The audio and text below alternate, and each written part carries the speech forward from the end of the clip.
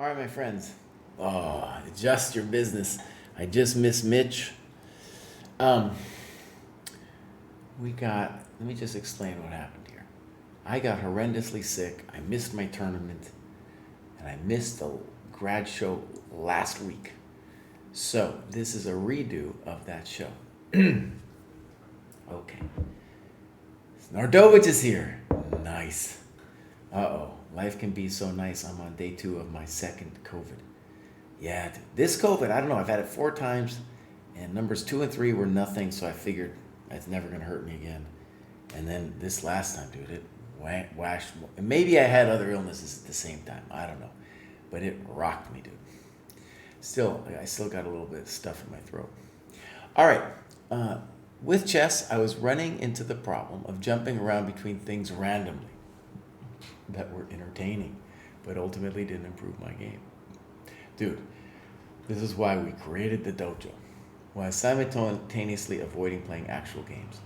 Having the structure of the training program and learning how to analyze my own games has gotten me to a point where I feel like I understand the game better and feel confident going into games. Before joining the program, I finished an OTB with 0.5 out of 4 and felt lost in each game. In contrast, just last Saturday, I entered another tournament and got 2 out of 4. Nice. Okay, let's check it out. Matubal. Let's follow Matubal. That's a pretty cool icon. And there's their USCF. I assume that's what they're talking about with the OTB. So they're normalized at 544. Well, basically pretty basic. Now with Lee Chess, you never know, man. That thing's so inflated. So it looks like Matubal's in the right place. Let's take a look at what Matubal's done. So go back. Well, Matubal's doing some good work, dude. Definitely some good work. Yeah, let's click around and see what... Yep, very good. Very good. And then we're going to go here. And dude is doing it. And we're probably going to expect to see some blunder games. Some games up here too. So let's take a look. And we do got a game. Let's look. Okay. So now I say this every time. People don't like to hear it. But Matubal, the opening is not the issue. And this thing, I don't even know that E6 is called the Horowitz, The thing about this is if you, just trust me on this, if you focus on playing good developing moves, rather than I'm a London player, I'm not a London player, it's going to help a lot more. Okay, so here we go. You're doing fine. And here's an example of what I mean. Imagine that you do not know anything about the London system. Just think about it for a second. Imagine you don't know anything about the London system. Would you ever play this move C3? No, you wouldn't. It makes no sense. And it only makes sense if, your center needs something or your queen needs to get out. In this case, it makes no sense. So from a principled point of view, which moves make sense? Well, there's these moves. Get your guys out. Those are the moves that make sense. And it's just another example of many where learning and opening too early just makes you do dumb stuff like C3. No, it doesn't make any sense. Okay, now, I'm going to get off my high horse here, all right? And what I'm going to say is, at this level, what I want you to do with the openings is just play principled moves. And you're going to get a lot of stuff that's funky from your opponents. That's one of the reasons not to learn the openings, because they're going to move developed pieces twice like this, right? This might be fine later, but dude has other things to do. I think that's fine. And then H4 is a frisky move. Now, what's funny about H4? Question is it necessary? So for example, you're worried about G5, but do you have to play H4? I don't think so. You can play this, and then next move we're going to take this knight. Thank you very much. We're doing fine. Okay. So, D6, Queen C2. I think it's fine what you're doing. I don't want you to play Bishop G5. I want you to keep developing like you're doing. Okay. You know what? I've seen this game, Matubal. I've seen this game, buddy. I've seen this game because we've gone over this one. Because I remember this as Queen C2 was now a wasted move.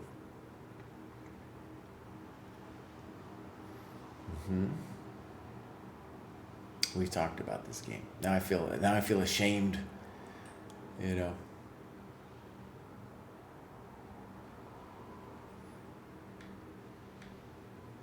I remember this. Yeah, we've gone over this game. So, Matubal, I hope I haven't graduated these people already. That would be the worst. That would be the worst. Anyways, that was a reasonable game. We've looked at that before. Matubal's bringing it. And it's looking good. So, let's go back. And what I have to do, unfortunately, every time I come back is I got to go back to this one. So, now we have player to be named later.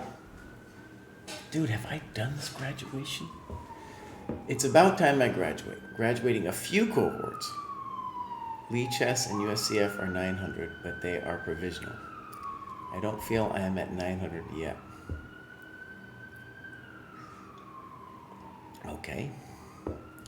I struggle with wandering to different topics when I learn a hobby. I've seen my chess improve and my chess thinking as well this last month. Never thought to annotate my games. Annotating games. Good. All right, let's click on player to be named. Just started. I love it, dude. Tell us which city you're in. I like to know where people are. So, dude, player to be named later. His Lee Chess is way up there. And I guess these other ones haven't caught up. Okay.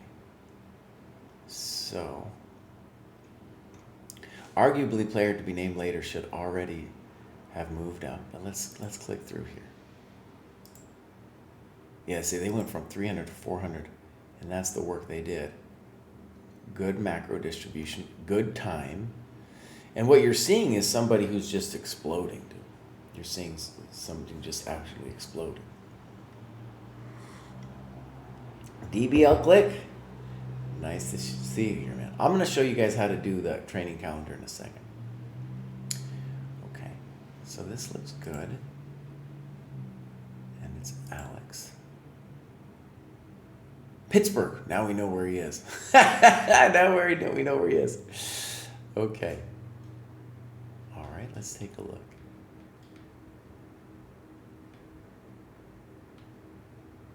All right. Very highfalutin from White.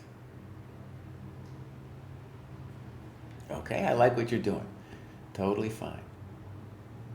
And this one I kind of like too. Because you're willing to give up your knight on your pawn structure in front of your king, which it's dangerous, but I don't think it's terrible. And then I love that move. Good. And I think you're right. Get that knight out of there, boss. That's a great move. No, you take with the bishop, he still gets to ruin your pawns. Here you get everything. Yeah. Now, White continues to be frisky. And we need a good move now. That's not a good move. Why is it not a good move? Because we need to do stuff with our pieces to White quickly. The most natural move to consider is knight f4. And that would be truly an annoying move for them to face. Because they have to worry about that, and then this is also tender. Good move. And now that's poor because knight e4 wins a piece. Yeah. Well, but we gotta say, queen d6 is a mistake. Right, and then you write about other moves. I think the other natural thing to say here is you got to commit and play f6. Right. Okay. So it kind of falls apart. There's a tactic. And now we lose the queen. Yeah. Okay. And like we said before, it's hanging stuff at this level that is going to be totally decisive. Well, now this guy's coming for you, man. It's not very nice. Or eventually they're going to figure it out here. Dang. Dang. Dang. That's mate. Okay. So player to be known later. Check it out, dude. You just started. And what I want you to hopefully not get frustrated over is you're at the stage of the game where you're hanging stuff still. And so you maybe even heard me say this before, but the whole path for you, obviously you're already at 1,000, but is going to be to not hang stuff. And actually clicking back on that, one thing I will say is for many of these moves, it felt to me like maybe you were playing too quickly. Like this is a longer game with 90 minutes plus 5-second increment. So it would be good to know how long you were thinking on some of these difficult decisions. For example, I think this is a moment where you need to find a plan. I like knight f4, but it would be good to know how long did you think about it here? And then how long did you think about this one? Because those are the two moves. And for good players as well, we like to say mistakes come in pairs, right? The pair of a6 and queen d6 where you kind of lost a sense of what you're doing. Tactically, it falls apart and then the game is over, right? In this case, it was 3 bad moves in a row because you lost your queen on the next one. So it would be good for us to know the time that you had there as well. A lot of people in the under 1,000 when they're playing 90 minutes, which is great for anybody to do, but it we'll often see that players are moving super fast because they're anxious. Okay, so that was great. Player to be named later. Dude, he's going to get a bunch more next to him. Look at this. The guy's up to 1,009 bows. 1,009 normalized. The lead chess is so weird because it starts you off earlier. And so we'll say that probably that's roughly where they are here. Okay. Beautiful. Now again, I got to change this up a little bit. No, I got to go 11:23. And now we have Ollie. Firehawk. Don't miss Firehawk, boss.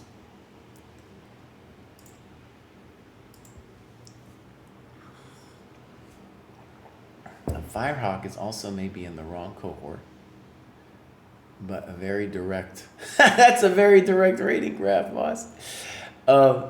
Just join the dojo, obviously. Just join the dojo. And in fact, if we dial it back to November 23rd, November 23rd was, I don't know, they just graduated, they just come in here. So we're going to see Firehawk in a second here. We're going to follow Firehawk. And yeah, they did a lot of work. It looks like we're not going to see any games, but it looks like they're focusing on the tactics, which is great. Okay, let's look and see if they got that. We got a game. Okay, 30-0.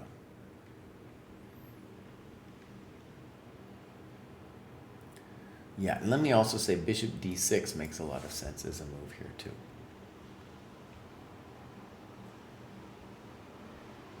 Okay, you're doing fine.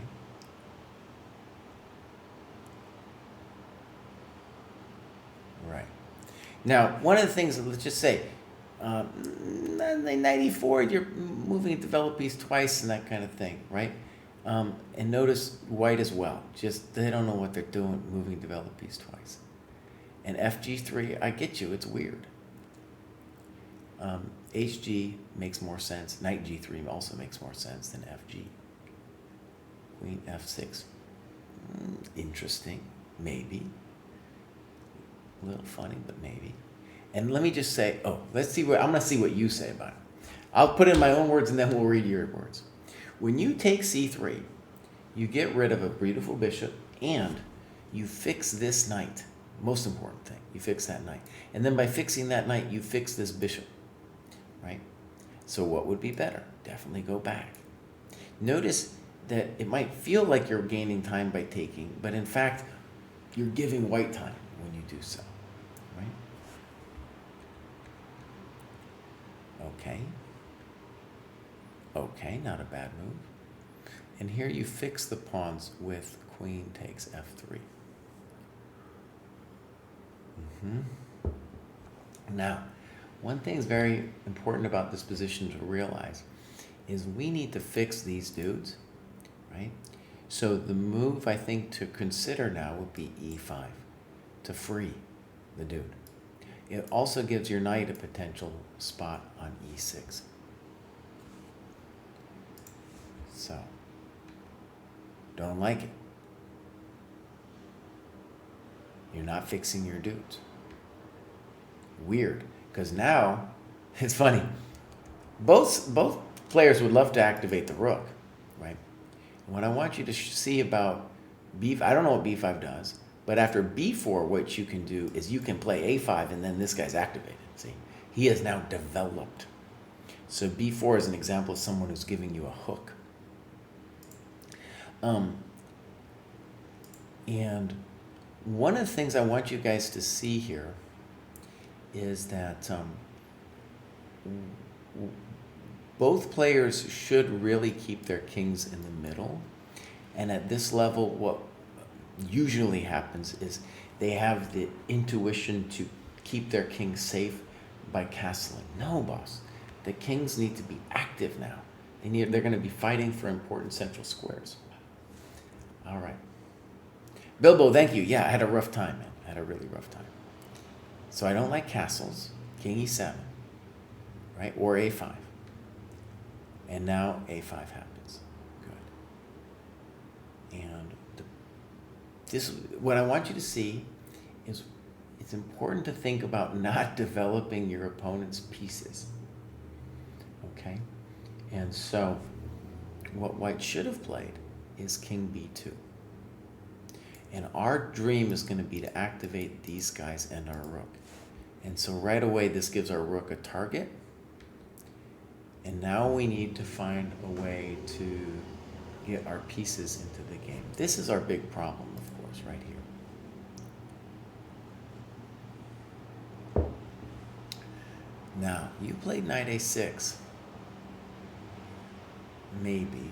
But I don't see how it's fixing your stuff. What I would really like is to put this rook on f8 to either this square or this square. And then think about maybe b4. Okay, so knight a6. a4 is a bad move. b4, poor, because now you're going to win the pawn on a4. Great. Tactical mistake. And as I've said a million times, at this level, this kind of tactical mistake will decide the game. And then another one, boom, oh no. Oh yeah, and then your opponent misses it. It would be good, of course, to see some times here, like times on the clocks, because I have a feeling white didn't think about it at all. Beautiful bishop move. And now this king b4 does nothing.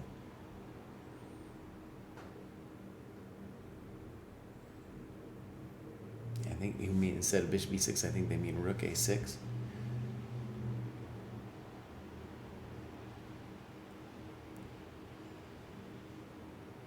Now, notice, think about it, you're trying to get your king in, right? Or your king some luft. Bring him in, Baus. He's going to need to do things. He can be used to capture this pawn. He can be used to fight for c5, for e5, all the stuff he can be used for. And instead, it's like you're saying he wants to go to the sideboard. No, the Baus wants to come in. That doesn't do anything. That doesn't do anything. Okay. And now it's just a yard sale. You're winning everything. Okay. Check to the miserable. Okay. I don't know what that does. Good. Okay. There you go, Baus. There you go. Okay. Okay. Okay. You're doing great. You're doing great. There you go. Look at this. Oh, yeah. There we go. So, Firehawk. Great game, dude. And I don't know I think you're great, dude. I love these. I love these, and mine are, of course, just, you know, ways, a couple interesting ways you might also think about the decisions you made in the game, right?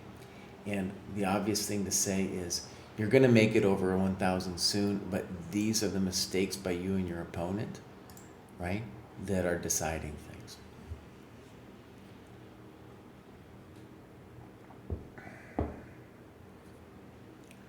Here's an interesting question that I would want to do if I did this if I was analyzing. It would go like this. Pop, here, here, check to the miserable, here. So I'd win the pawn and I'm still going to win one of the exchanges. However, I'm still a little frightened. Like, what if he just body slams me with this pawn? Anyway, so this is an example of a variation that if I was studying the game for myself, I'd be like, obviously I blew it. But then I would go into this end game to see what I felt the evaluation is. Frankly, it looks like it's lost for black. And one of the things just to observe about this ending is it would not be lost for black if my king were active. If my king were anywhere over here, anywhere, we should be able to draw it. But now like this, I don't think we're going to be able to. Okay. Great game, Firehawk. Well, Firehawk's bringing it, man. Let's again, just join the dojo, crushing it. We're probably going to see Firehawk graduate again. Again, this is a redo of our graduation show because I was sick last week. All right, now we got Ali. Super pleased with the program so far. It's been really motivating, checking off boxes and having process-oriented goals to work toward instead of stressing out over rating fluctuations. Great. You can see I'm doing some work over here. There's Ollie. And 7-10, beautiful graph. Looks like this is where they start to get really super serious. Sometimes I like to click this one. You can see they've done all their tactics. And pretty good macro distribution besides that. Yeah, they've definitely done all their tactics here. All right, let's see if we can even get a game here. We got Mini. OJB.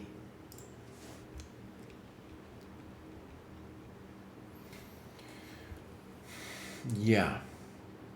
So at this level, if you just play natural developing moves like you're doing, you're going to get some weird stuff, right? So obviously it's wrong. And a great way to understand how terrible it is to see the Duke versus the Allies game or the Opera game. And there also the queen goes here blocking the natural development. Now, why is DE a mistake? Very simple reason. Well, two simple reasons. The biggest one is you're enabling these two pieces to have scope out of their little box. Number two is that this pawn is better than this pawn, right? It's just a better pawn. So that's what you're doing when you trade on e5. So what would be better? Your immediate knight c3 that you end up doing. Poor move. And what I would say, instead of saying super weird, I would say for this level, it is completely something you're going to see again and again. Why? They're terrified of stuff landing on g5 even before it's even landing there, right? So they don't respect time, and this is us then blowing them off the board. Don't like this move. Be more active to put it on c4. So bishop d3, blocking your queen. Queen f6, losing more time. Knight d5, fine. Bad move. So, afraid of bishop g4.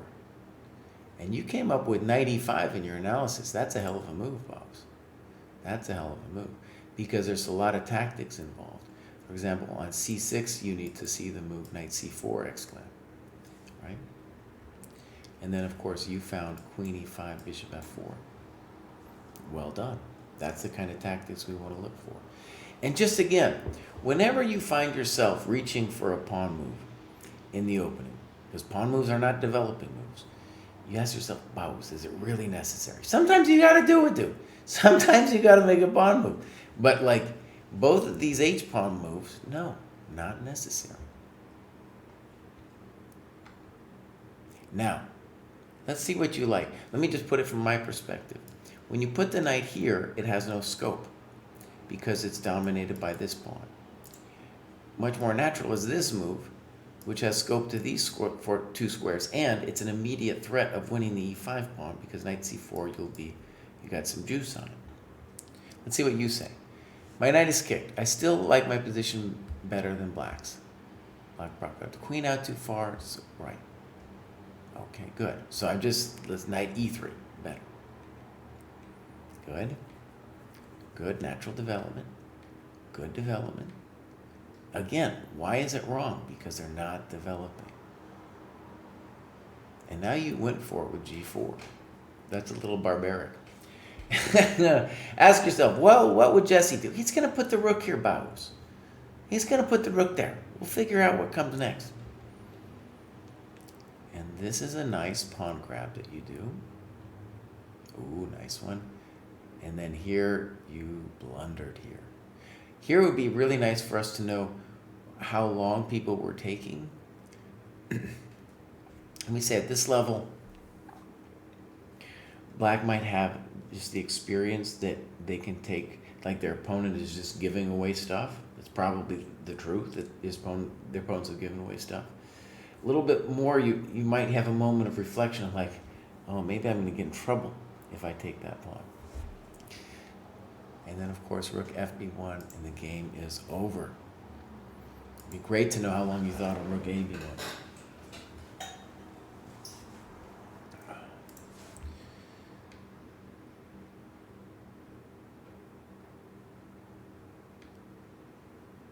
So b5, we got to say, huge blunder from black. So we should put a question mark next to b5. And now we're winning. Are we? We got to talk about queen b4, don't we? And then look at this. Bam! But then, is it true? Bam! So I think we need to talk about queen b4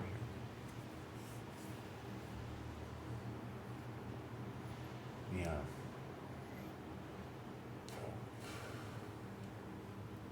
So, mistake. And now you have what we're going to call a technically winning position, which at this level is not a given that we're going to finish it off. You also have much better development. Okay, right, and we're going to blunder a pawn here. We're going to trade some stuff off. And then a horrendous move here with rook f8. No one knows why.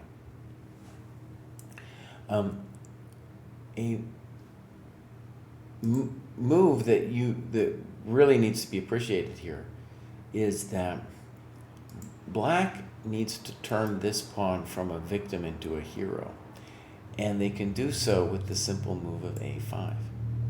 And then all of a sudden, black has a lot of play for his 3 pawns for the piece, right?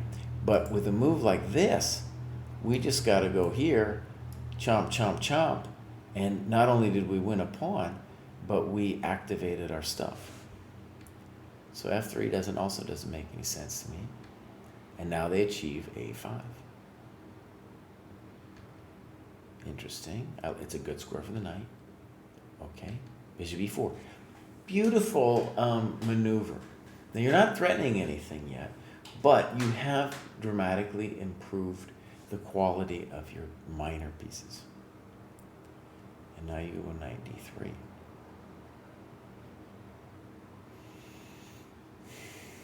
Now, okay, knight d3. If I was black, I would be interested in trading that thing. And then we blunder again with rook fe1. By the way, that maneuver you did, knight c5, bishop e4, that was GM level. And then this is the kind of thing, of course, which is going to kill you. Because rook f2, by the way, we definitely need to have rook f2 in our notes because we still need to evaluate what's happening. And the good news for you here is you're about to take this Baus, and you're also threatening his bows.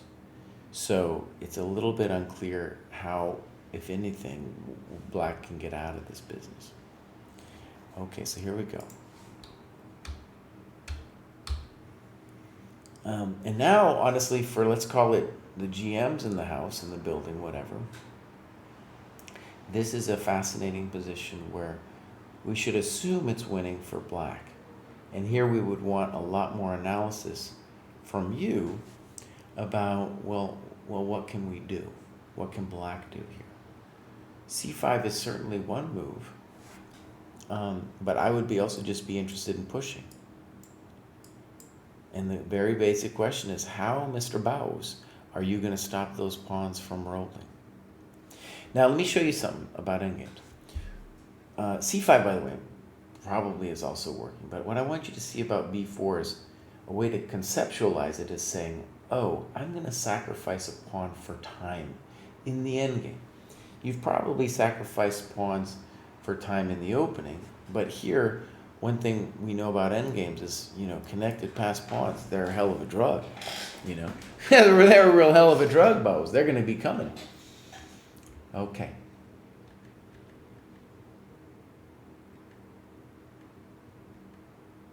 You got him, boss. You got him. Yes. There's a great Twitter post today where a dude was mating another guy at an OTB. And he says he didn't say it, but maybe he did, And it was just like he wanted to lean in and say, "Welcome to the dojo." I want it to happen sometime at some tournament, man. I want to see that. I want to see somebody lean in and be like, "Welcome to the dojo." All right, Ollie, you're doing great, Bows. Hopefully what I said there can help out some of your games. You're doing great with the annotations, too. Ollie's going to make it, man. Let's go back again, ratings. Yeah, look, Ollie needs to graduate, dude. No, excuse me. He's perfect. Ollie's perfect. Look at that rating game. Okay. Again, I have to make a little jadoo. And malformed. All right, let's check out malformed. All right. Dojo Graduates.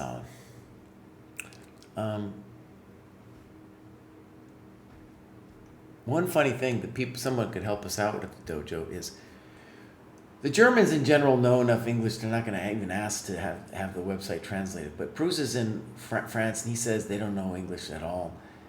We'll see. It depends probably in France where you are. But anyways, we're thinking we could use AI to translate the site, dude. So if you guys have any knowledge of how that would work, we could translate it into a couple major languages maybe. Okay, so here we go. Activity. And we're going to back up one. And malformed is doing a lot of tactics, dude. A lot of tactics. Good. I like to see it.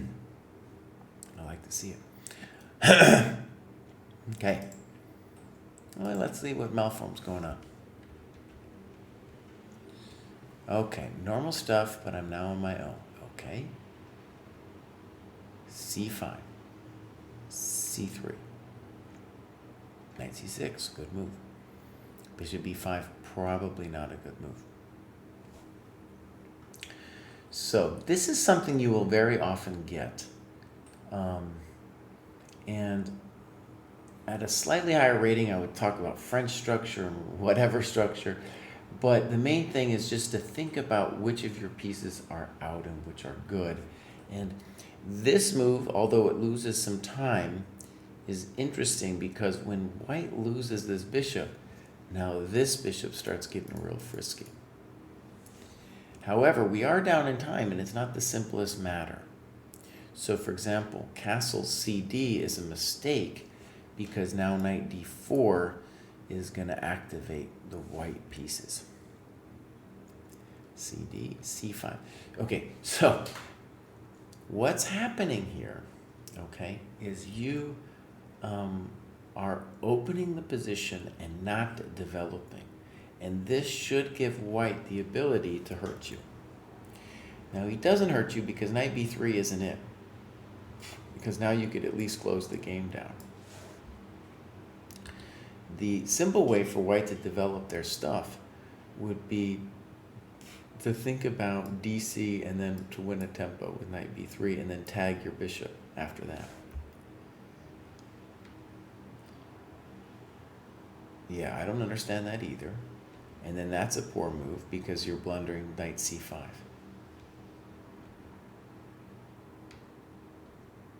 Okay, and now it's still a bummer that knight c5 hits. And now we're going to assume that pawn is lost on d3 if they take it. Now, here's a thing that's really interesting, Malform, that you say here. I didn't think about the backwards knight move at all. And I want to say, even at a GM level, it's the backwards moves that are the hardest to see. However, there was a forwards move that was even more devastating, and that was the crusher queen a4. Right? Oh, man. The coconuts are falling, and you would have to do something sad like king e7. And it looks like it's probably, you're getting mated in a couple moves, you know. We'll go check, here, check, here, here, check, here, check. It's just all the coconuts, you know. And then they get to say, welcome to the dojo and all that stuff. And no one wants to hear it, you know. Okay.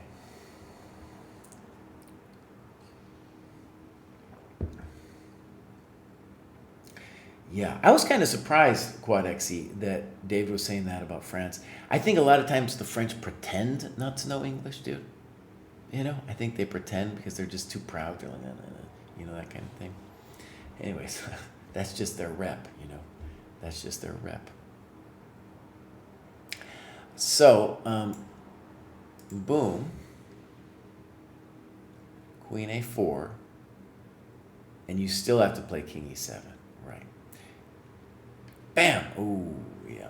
Okay, so this was a tactical game. Now, I want you to see the unity of something here, Malformed, and that's going to be at your level what the unity of strategic and tactical play is. Obviously, you missed some stuff, but the opportunity for white to waste you happened because you didn't develop your stuff, okay? Now, at a certain level, the things you're doing are all strategically good. For example, let's start here. It's interesting with a6 to gain the advantage of, say, the bishop pair and an extra central pawn. Okay, that's true. It's kind of nice. But you gotta get your stuff in, bows. You gotta bring your dogs out. So a way to develop would be here or here, and maybe at some point even here, though then we have to discuss DC, right? So those would be simple ways to develop. So not a developing move. He should have played knight d4, I think, and then c5, definitely not a developing move, right? We're seeing kind of a developing move, but the developing we need is we need to get the bows. We need to get him loose, buddy. No one understands. And then he blew it, and then you let him in. And now this queen a4 thing is, I think it's probably devastating no matter what you do. And he finally sees it in this position. And that's, of course, a tactic that you'll be able to use yourself. Now, let me stress, you will yourself win multiple games by players doing exactly what you did, not developing, right? And it's going to go boom, boom, boom, and then there's going to be the tactical element of then punishing that. So again, at this level, it's the unity of somebody not developing their stuff and then the tactical skill to knock them out, right? Because it's just a time and time again. That's the general dynamic of these games. Okay, great, Malformed. Beautiful, dog. Beautiful. So we'll go back. And now we're up to JT. Only 3 weeks in this cohort. Spent a lot of time on tactics so far during the dojo training with the goal of establishing stronger fundamentals. Nice. Some sparring plus minus, right? Time to slow down. Yeah. Jesse, if you would please review the game against Crazy Sandman and specifically delve into my question confusion annotated on move 9. All right, let's go for it, JT. I like it when we got some old dogs. It's a great rating game. Just over 800. Great. And now we're going to go activity. And then, well, look at that, dude. They're doing end games and tactics. Some program mates in 2. Nice. I always like to see it. Now we got some games. And we're going to find Crazy Sandman. Boom. Okay. Right. The advance is very popular. One of the things actually it's interesting about openings is even though these people shouldn't be studying openings, they're kind of influenced by what the players at the top are doing. So they don't understand the play of the player at the top, but they're emulating it. And so, for example, when I first played the Carl Con when I was a kid, hardly anybody played the advance. And nowadays, it's a huge thing at the higher levels because the computer has told us it's an amazing move. I could talk at length about it. But in any case, you're just playing chess, and c5 is a playable move, but this is nice. We can tie this into the last game. It's dangerous because you're wasting time. Okay, here we go. dc, knight f3, bishop e2, bishop f4, knight c3. Okay, I'm just happy that white's developing, and I don't like that move. Yeah, what did I want? I wanted you to play knight e7, right? Knight e7. Okay. So, one thing I want you to see about bishop h5 is h3 is not a developing move. And then the question about this trade should be, is my bishop a good piece? No, that's your bad bishop. Your pawns are on light squares here. Right? Second, is the piece that's coming to f3, is that a strong piece for white? And we're going to say no, because it's just hitting a rock. Sometimes it is, in which case then maybe we'll consider bishop h5, right? Later, engine analysis wanted the trade. And I think you can see, at least I didn't, I don't know what, engine smingeon, I just told you why I would take the knight, right? Mostly, though, it's about time. Don't like it. Don't like it. I want you to play knight e7, bows. Good. Too much. Thank you very much. That doesn't do anything. Right. And you could play king e7, queen b5, the whole thing. Actually, king e7 is too frisky because of queen g5. So bishop e7. I still think you're doing fine. Uh-oh, you're not. Uh-oh, you're not. Yeah, I've been assuming you missed that one too. Yeah. Okay. So, rook c8. And now we have real questions about how we want to evaluate this position. It looks like you're saying this is a little bit better for black. Maybe it is.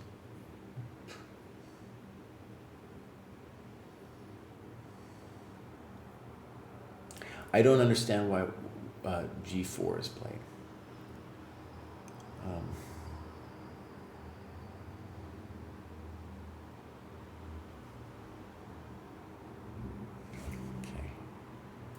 By the way, this showing this engine stuff isn't helping you, right?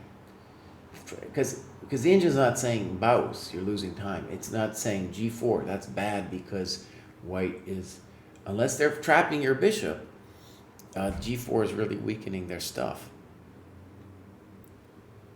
And that's definitely right into the queen's line of sight. And look at it. Now the bishop is really happy too that they got this. Excuse me. They got this. And we can see now why they played g4, because they were thinking, oh, I need to castle over here. And so, right, I guess the critical variation would be here, here, here, here, here, here.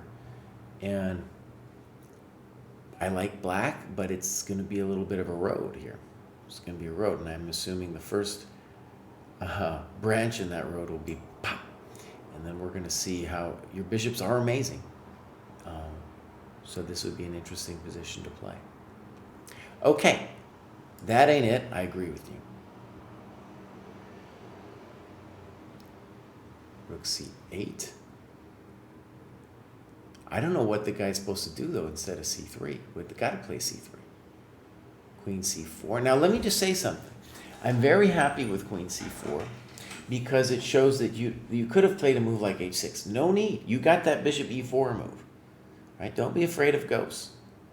Thank you very much. Ooh. And that's what we call check to the miserable king. And you need to do your Polgar boss, because that's queen c3 mate. Then you could have leaned over real politely and said, welcome to the dojo. Now, you had a particular thing on move 9, I'm remembering. Oh, and that was our discussion about the trading, right?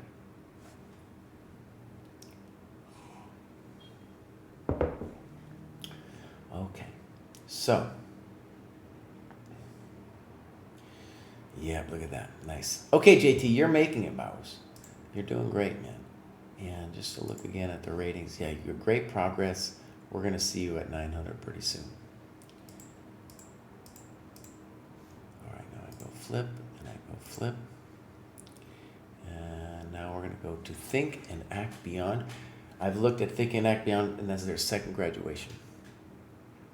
Just played my first OTB. Thanks to the program that I won 2 of 4. Nice. Polgar books. Nice. Beautiful. And yeah, they're ready to graduate the next time too. Look at that rating cane, my friends. And they don't have their over the board rating yet. Nice. Yeah. Think and Act Beyond. Going for it. So let's go activity. And they're working. They're working, Bows. That's the Sows right there. Then a couple of Polgar mates in 2. Nice. I like it. And they're doing the blunder games as well. All right. You know, it's funny. We were just chatting about improving the program and yada yada, and I just came up with that word, blunder games. That was just a word I threw out there, and now it's like this thing that's out there in the universe, you know, from the abject recesses of my mind onto this fine screen. We know the blunder games. Blunder games just means you play some games that are a little bit of faster time control, just with the idea of not dropping stuff, and that's only for the under 1,000. Okay, so we got Think and Act Beyond. I'm going to click, well, let's see. I kind of want to, if this is an OTB game, I want to click this one. Yeah, so this is going to be an OTB. Let's do this. The Turkey Tornado. All right.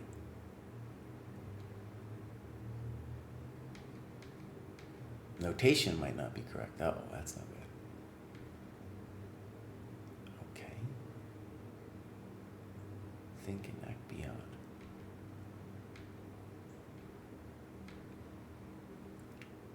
Good move, e5. And as we've talked about before, this is in black's favor because now the bishop on f8 gets out. Good. Okay. I agree with you. Bishop c5 is more active. Now let me just share that it's not entirely, this is where you can call me a hypocrite if you want. The knight, is it developed on h4? No. It only achieves glory if it lands on f5. So an interesting move here for black would be g6. And you could say, Kraai, you just told us not to do the pawn moves. Well, we're saying that your knight is completely ridiculous here and has to go back. That would be, the trade-off. So we're undeveloping the knight. In Talbot-Vinnick, 1960, talks about a knight maneuver like this. Is the h4 square is like a trampoline back into the game. It comes in. Nice move. Probably okay. Bringing their stuff out. Okay. I like it. b5. Not sure I get it. Why are we playing b5? So let's just talk about this from basics. What would be the natural move here? Put a rook over here, Bows. Come on. Let's put the rook on over there, Roy. Bring it in. Spicy. Spicy. Does it do anything? I don't know. Doesn't seem like it actually does anything. Fair. Okay.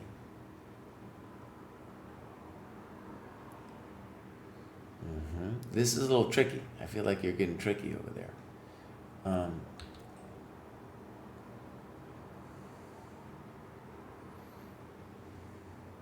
Yeah, we need to come up with a plan. Okay, so a fancy man's move here would be knight e4, bishop e4, g6, and then next move we will take the bishop. That's a fancy man's move. Usually when your opponent gets discoordinated like that, we will be able to find some kind of tactic. Here I feel like you're playing for a cheap trick. Dude can play king h1, which is where the king wants to go anyway. Pawn moves. No one knows why you're making them. Pawn moves. No one knows why they're making those moves over there. Okay. Good. Notice white has substantially improved the bishop. Is he hanging the e-pawn, however? To me, it looks like you're hanging the e-pawn. Boom. Okay, good. No one knows. Well, good move. Now he's got a threat on you. Good move. Do I understand this? I'm not sure.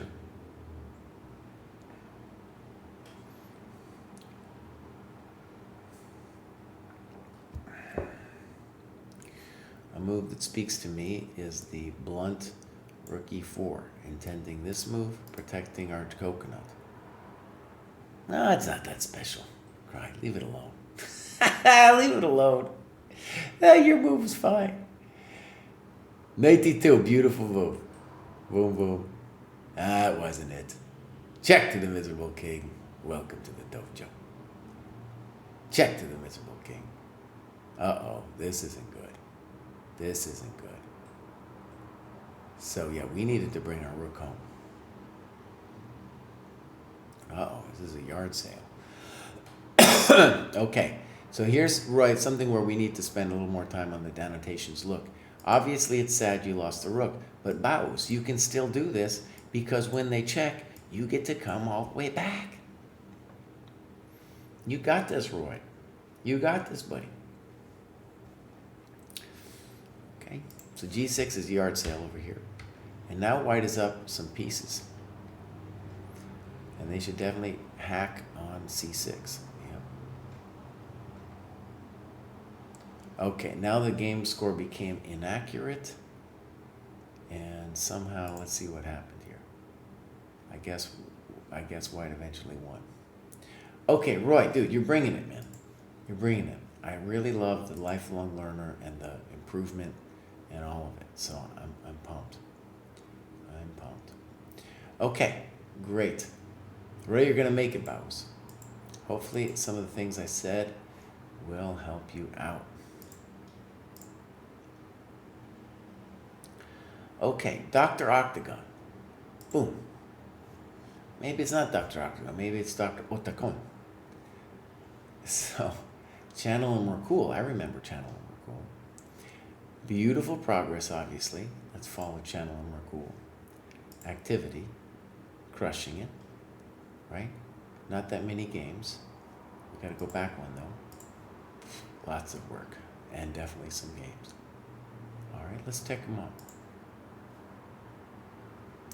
Dr. Otakon.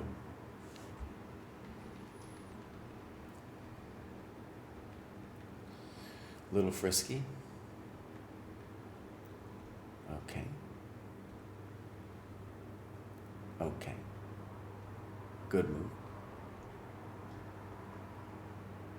I think you're doing all right. Good move. Knight d4. Maybe. Bishop e6, good move. Bishop e6 is where you should go. Passive, but what you gonna do?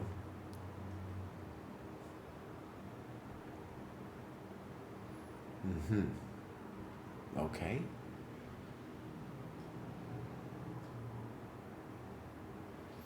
Okay, so let's talk about this position. This is in some ways what you could call a classical chess advantage for white with the two bishops.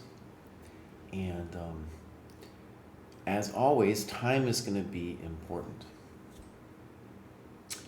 And so I would want to play b6. Got to play b6. So, and then you can move your knight next. a6 is taking forever. Rook hd1. b5.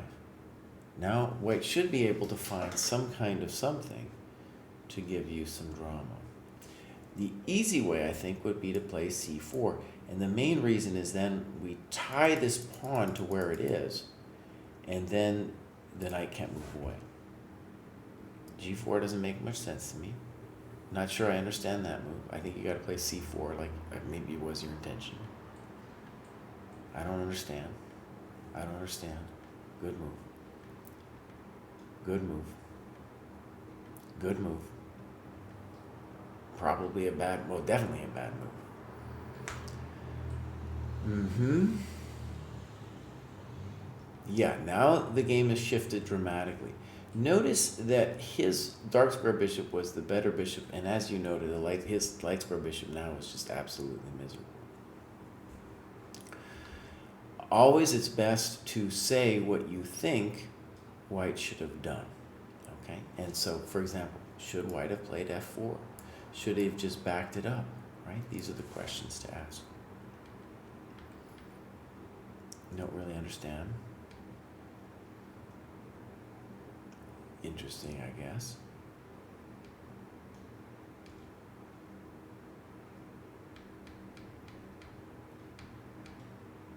Good. Okay. Interesting position.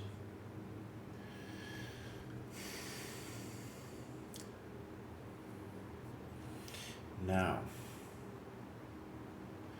one difficulty about this is it's hard for you to do anything concretely. And something about this rook f6 move that I want you to see is that it enables the white king to become active. So I think ideally I would want to play a move like king b6. And then boom, excellent move. Now you're active. Boom, now you're active. Boom, thank you very much. And now we are in, let's call it a classic rook ending, where you are the one in charge. Rook e3. Rook here. Frisky. I think they should try to save their soul with rook takes h6. And this move doesn't make any sense. What move should you now play? This is very important. You need to pin that king to the back, right? And probably they still have to play rook h6, but you can see that's their only move now. So this doesn't make sense. And now this happens. Oh no. And then I don't know why they didn't take on h6. Good. Good. Good. Now you have chances. Let's play rook g7, please. Okay. King e7. Oh, thank you very much. Let's play h3 bows. Or king f6, actually. Boom. Okay. Oh, that was a bad move. Bam! Bring the king in, bows! Yeah! There we go. There we go. Welcome to the dojo. Welcome to the dojo. Yeah. Dr. Ogden, that was hopefully an important game for you to go over. One thing I just want you to see, there's a lot more things to think about in these kinds of positions. And at your level, I think a lot of people think of this as boring. My level, this is fascinating position. There's even the question that you could go for it. Like at my chump GM level, we could say white has a clear advantage. At a Carlsen level, dude might say it's lost. He might say it's lost. Okay, just to give you a sense of how interesting this position is. It's, and at this level, I think maybe it's just equal. It might just be equal, man. Because white does not understand the power of this unopposed bishop. In any case, you could get a flavor for that for your annotations. And I think one of the cool things you did is you appreciated that that was a horrendous trade for white. Yeah, horrendous. And it's a little bit of out of frustration because white doesn't understand what to do. And right, like at a higher level, we would analyze f4 until the cows came home. And then also we would want to talk about the basic bishop e3 or some kind of other building move. Okay, great, Doctor. Otacon.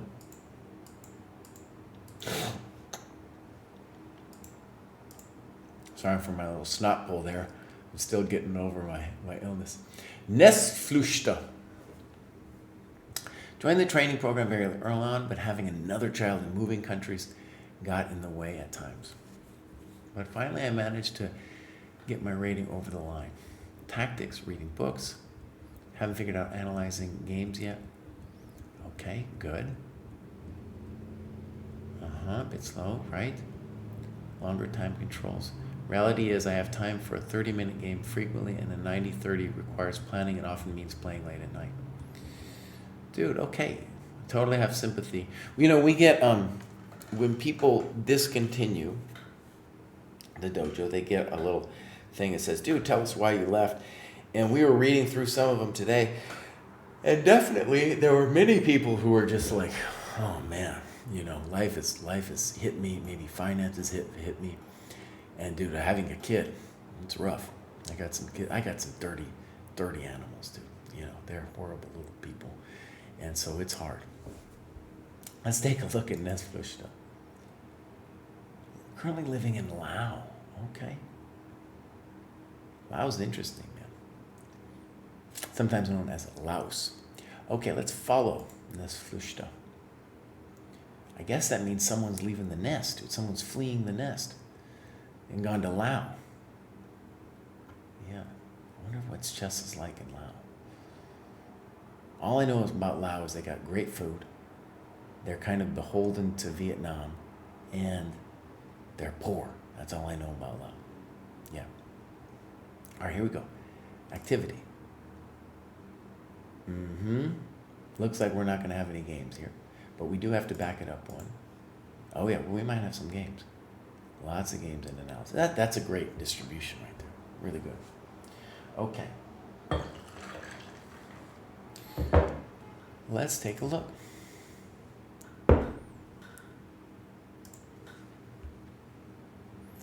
The new Dojo Liga format. All right.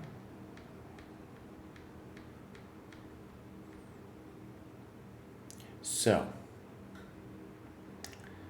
this move, not the greatest, because after bishop d7, we don't really want to trade off any pieces. But you are developing, so I'm going to hold my tongue. Now, with knight takes e6, it's important to see you're still going to lose a tempo because pawn takes is going to hit the bishop. And what I want you to see about this pawn takes is that it's undeveloped your knight. Good move. Keep trying to gain a tempo. Ooh, frisky. Very frisky to be taking on a7. Rook b1, and then bam! That might be a pro move. That might be a pro move. I do think, however, that you are already in big trouble because your pieces are all hanging all over the place.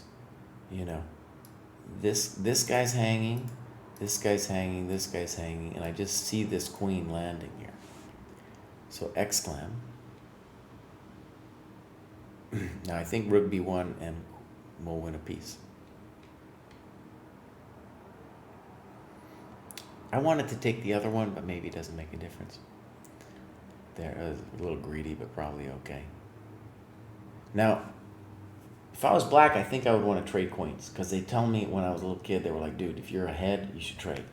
So I would trade queens with knight takes d2. But I think we're toast anyway.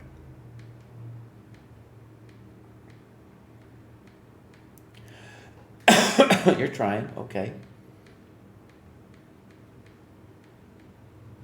No, this guy wasted you, man. Man, this guy's strong. This guy's super strong. Okay, you know what? You should not feel too terribly terrible about this. And it starts going wrong here with bishop b5, which I get it. It's a very natural move. This is a known position, but you don't need to know anything special to play this position. You could play the natural moves, of course, would be here, here, here, right? Those are the natural moves for you to play. Okay, Nesflushta, I wish you well. I would be great, dude, if you told us what it's like to play in Laos. I got invited ages ago, but I had terrible kids already to play in Vietnam and stuff, dude. And, oh, man. Why didn't you go, Kraai? You should have just left the kids and gone to Vietnam and play all that stuff. Okay, so that was Nesflushta. Now we have D-Will. This might not be a proper graduation. Sometimes people just join the dojo. Yeah, and it looks like not much is happening here. So we'll leave that. We're going to see D-Will again. And then, let's go down here. I'm sinking in my chair as we speak. And next up we have Tim Kavanaugh.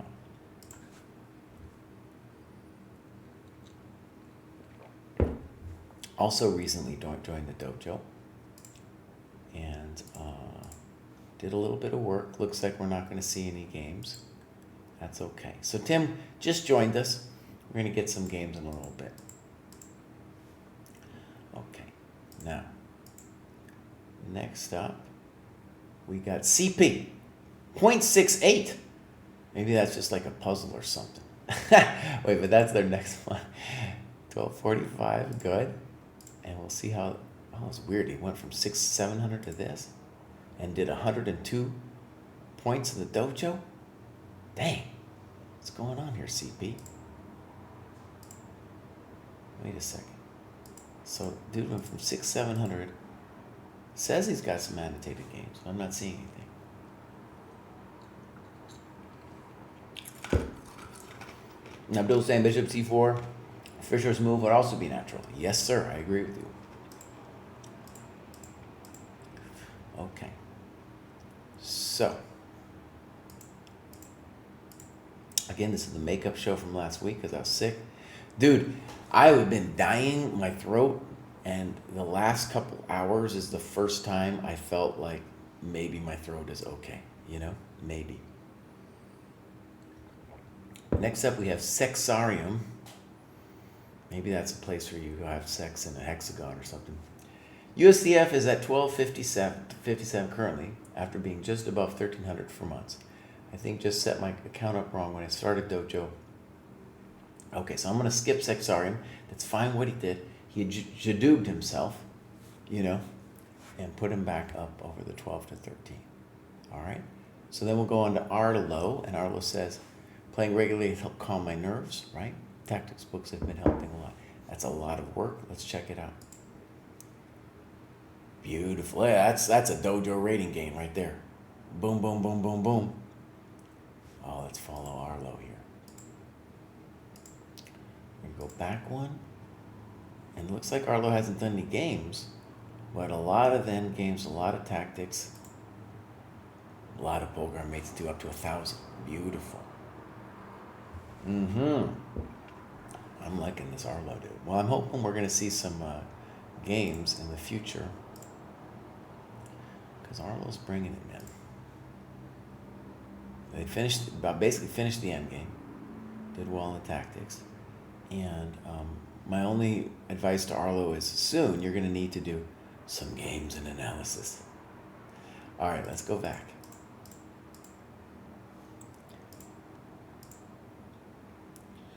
All right, Arlo. Shebia. Do not understand. Was informed that I should play a longer game, but the program pushes faster time limits. Note, my 60-plus game win rate has increased tremendously. Thank you. You should be playing longer games. True. I don't know what he's referring to, but maybe that we did make it a little bit faster because people were so complaining. But it's still like if you're up at 1800 plus, you still got to do the 90 plus 30 and stuff, or 2000 plus, and then it just slowly gets a little faster and faster as you go up the rating levels here. Maybe you shouldn't drink that juicy iced coffee, Bowers. Maybe not. Maybe not. I've been drinking tea for like a week, dude. For a week. And you know what happened to me is I got a headache. And I realized in the middle of it, I was like, this is the coffee headache. Because I wasn't drinking any coffee that entire week, dude. And now let me tell you, it tastes great, Bows. It tastes great. Okay, Shibia did it. Look at that. I love this kind of thing. Crawled up to 1315. And we're going to go back one.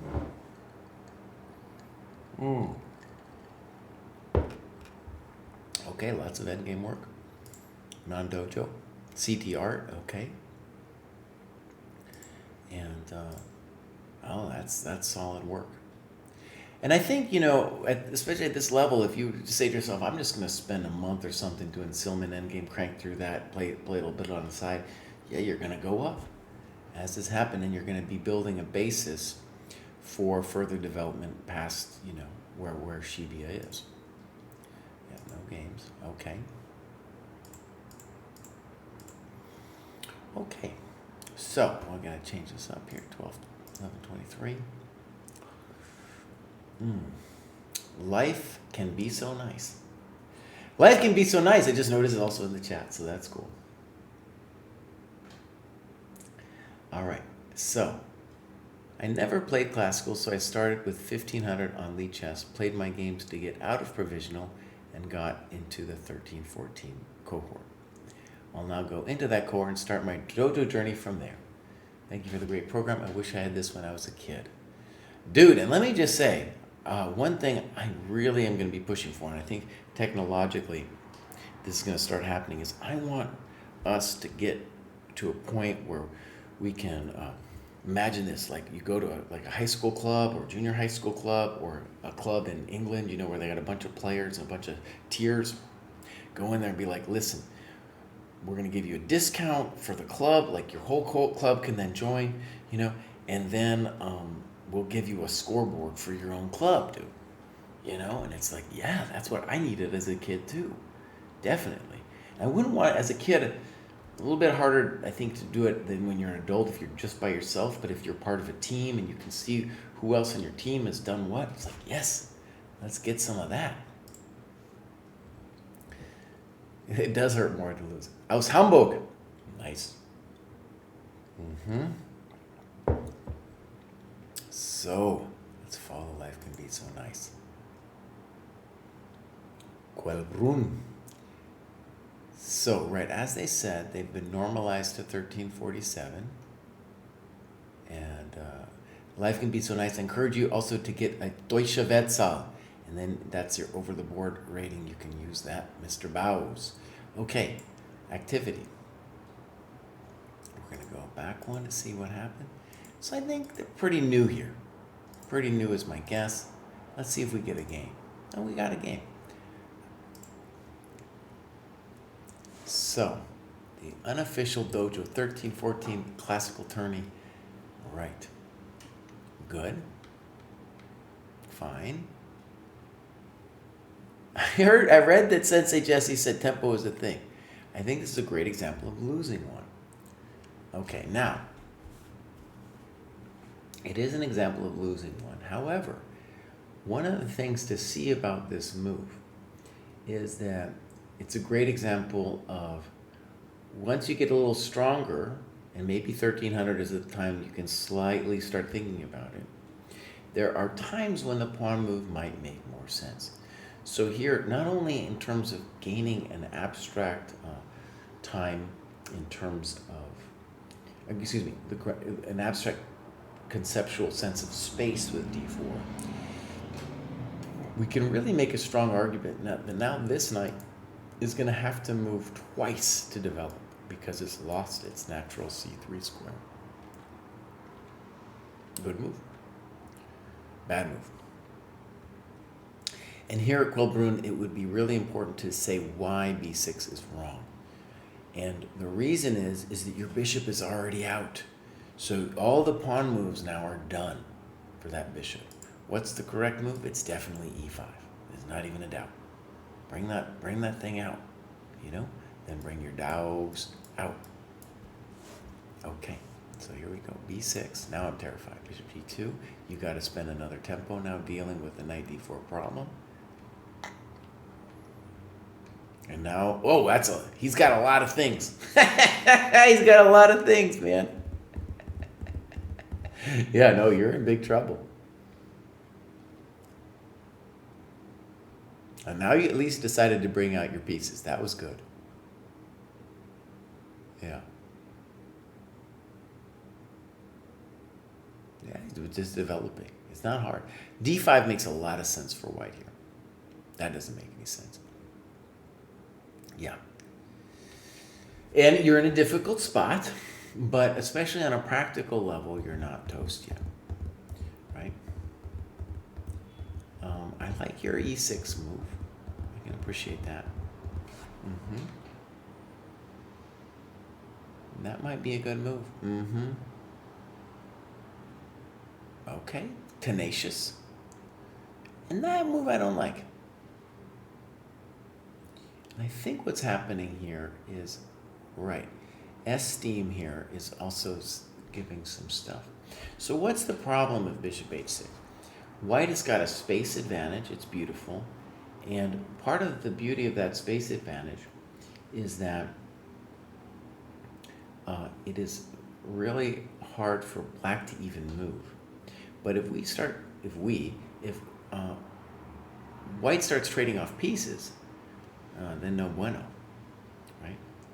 So white should be thinking of ways, and in the annotation for sure, we should be thinking of ways of something else, right? Something else. We get this gorgeous position. So a nice building move that would be a developing move is rook fe1, and then a tactical attempt to shut black down would be knight d5. I don't know if knight d5 works, but I would want to investigate. Okay, knight g4. Why don't I like that move? Well, first of all, it's very scary to me. And second of all, it's not developing. What do I like? Rook d8. Put this business over here. Now, definitely white needs to think a little bit about, is there a way to win some of black's pieces?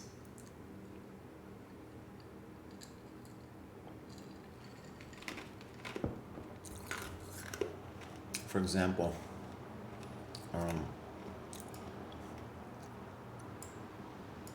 miraculously that's holding for black.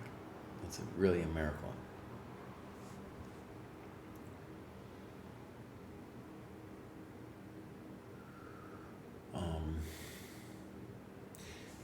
A simple way to win a pawn would be knight c6, bishop c6, queen f4, tagging these people. Right, so these would be some tactical things to look at. By the way, this is something I said earlier on in the show. At this level, we're a little bit higher than we were when I said it last time, but your opponent gives you time. In this case, Quelbrun has given the time. And then the skill that you need to develop is to just say to yourself, my opponent is going to give me time. It's just something that's going to happen. And then I need to then develop the tactical skill to take advantage of that time advantage, right? So that wasn't it. And the reason is now we get to trade, and I get rid of that funky piece. And actually, when this trade goes down, we can do rook d8 or bishop e6, and we're not dead yet. And notice that this rook, it's a developing move, but it no longer has the scope. And I would say white is still a little bit better after knight d5, but again, we are not toast. Okay, f6.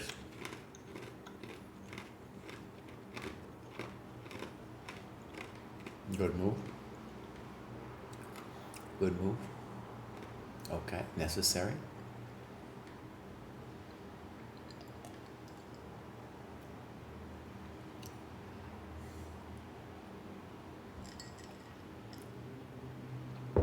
Okay. And you talk about rook f8. Mm-hmm.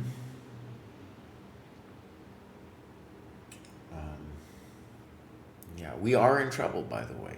There's definitely no way of putting it. We're definitely in trouble. Rook d8 at least has, I think, the point of maybe putting a rook on d7. Oh, that's a sad move. It's just so passive. Why did we do that? So, and then tell us what you think was better. You know, the natural move would be queen d6 or queen c5.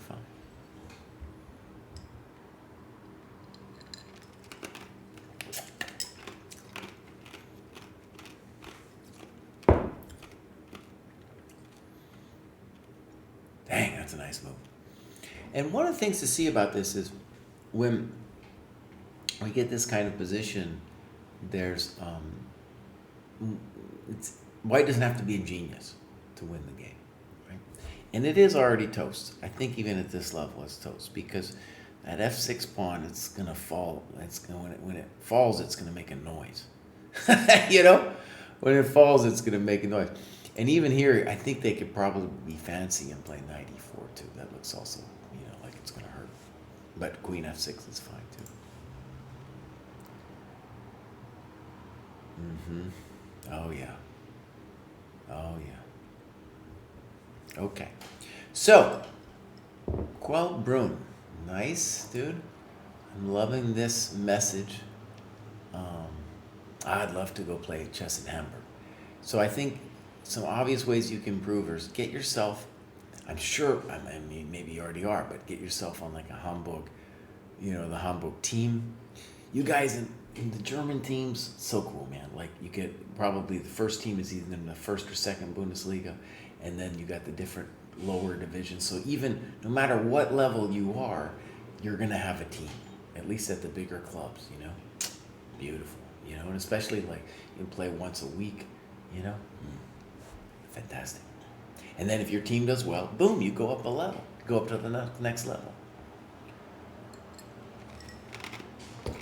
Life can be so nice. Your annotations were okay. Sorry I didn't see that earlier. Okay, so here we go. Life can be so nice. And Bilbo Swaggins says, I joined the Dojo 1.0. That was a long time ago. Work full time. I've been doing law school applications the last 6 months, so I haven't had time to participate in 2.0, but it looks great. Gotten the itch though. Been doing some Polgar mates. Nice. Played one last night. I thought was interesting. Stayed up till 2 analyzing it. Haha. Polgar mates. Beautiful. Patterns. Yes, sir. Okay. All right, Bilbo. Good job, man. Let's go see what's going on. So this is where the law school just took over right there. You can feel the law school. It's just burdened us up there. Okay, so let's follow Bilbo. And beautiful rating game. Made it over here. And we're going to go back one. And I have a feeling that was the game that was up until 2 in the morning. So.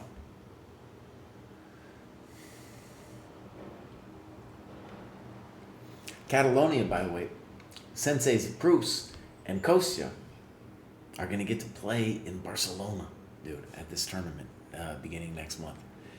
And I might be a little jealous. Check to the Miserable King. You can play chess this way. Okay, you're developing. It's fine. Good. Okay. Waste time. Better would have been the preemptive queen d3. Okay. Or queen c2. Well said. Now, you go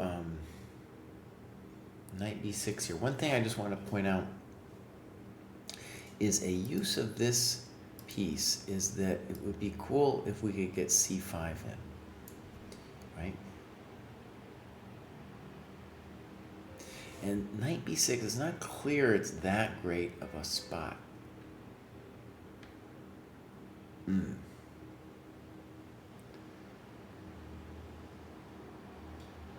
This makes me a little nervous for you because white should think strongly now about e4, really with the intention of knight e5. So there's no trade to the bishop and to make that bishop on c6 a victim. Well, maybe you can do this. Okay, here we go. b3, a4, queen e8. Nice move. Okay, I was wondering if you could do that. I like the idea. And now I'm really happy with your position. So bishop beat, this whole thing didn't work out for him. Nice. And now you got nice light square control, and you need a good move here. That doesn't feel like it, though, man. I mean, maybe it is, but it's highfalutin what you're doing. You're taking 1,000 moves to get that.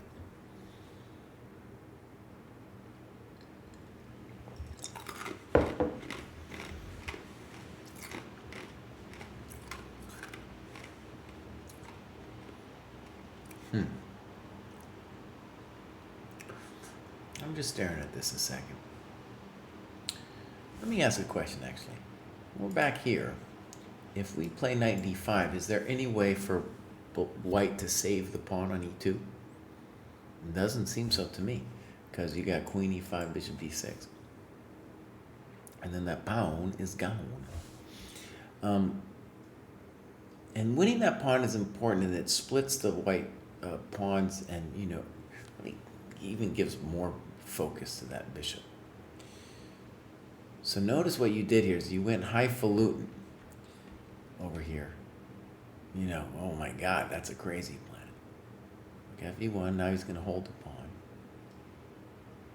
And now white needs a plan. I don't really like queen c2. Okay.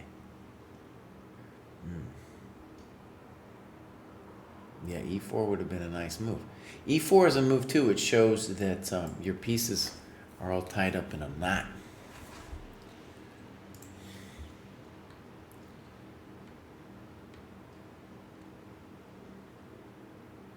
Now that's a little tasty here. h6.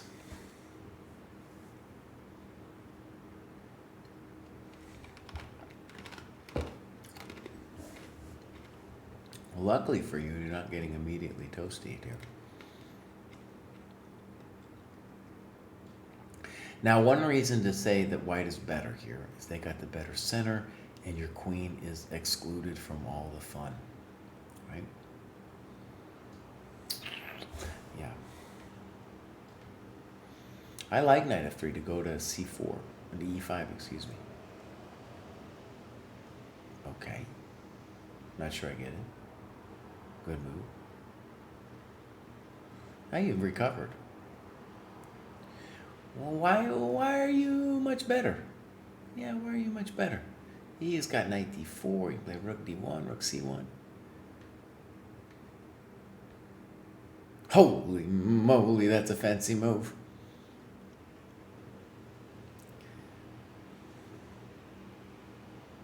Okay, good move. If it works, it works. That's a nice shot.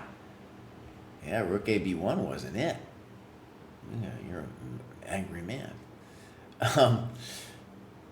He should consider. We should. By the way, whenever they make a bad move, tell us something you think they should have done. Maybe knight e5. Maybe bishop f1. Maybe this rook over. Right.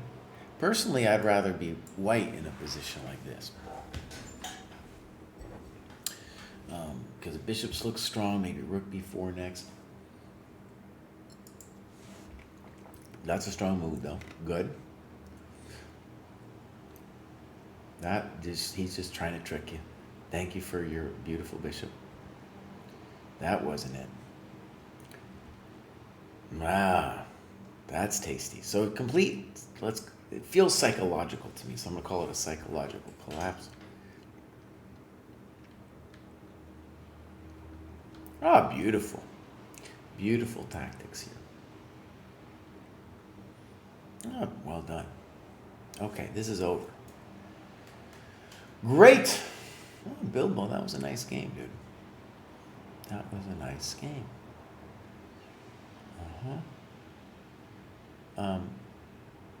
Let's read what you say here. Let's call this the start of the middle game. Since the kings have castled, the minors are mostly developed. The pawn structure is clarified. Okay. This, by the way, this is great. This is great. And I think Queen E8 is a very interesting move. And you look at E4, which is very frisky. It's hard for me to believe E4. And you also look at Rook E1. Good. Yeah. And White's a little bit better. And I can get it. I think some GMs might say White's a little bit better. Some might say they're clearly better, But White is definitely better because your pieces are in a bunch. And one point that's really important is that when White plays E4, it's less about the violence of E5 and D5 and more about just controlling this square. Saying, no, your knights or your bishop or all your business can't go there. And then if I want to play knight e5 later to turn this bishop into a victim. Okay. Bilbo Swaggins, great, dude. Let's keep going. I'm going to change this to number 23. There's Bilbo. And now we have, Hualong, I don't know. 156, beautiful graph.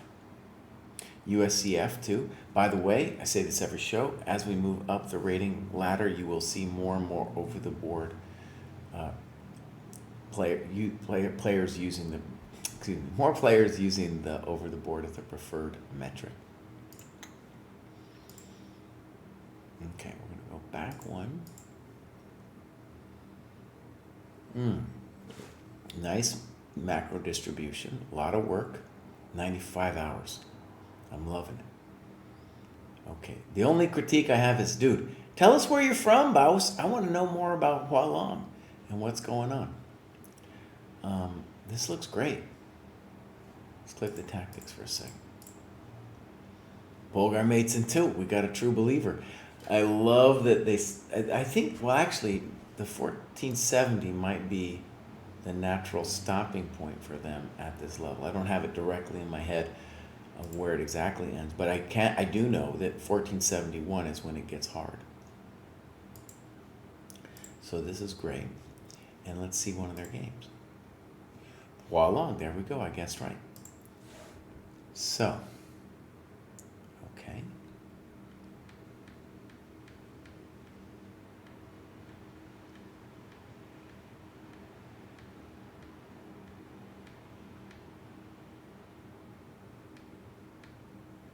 Wow.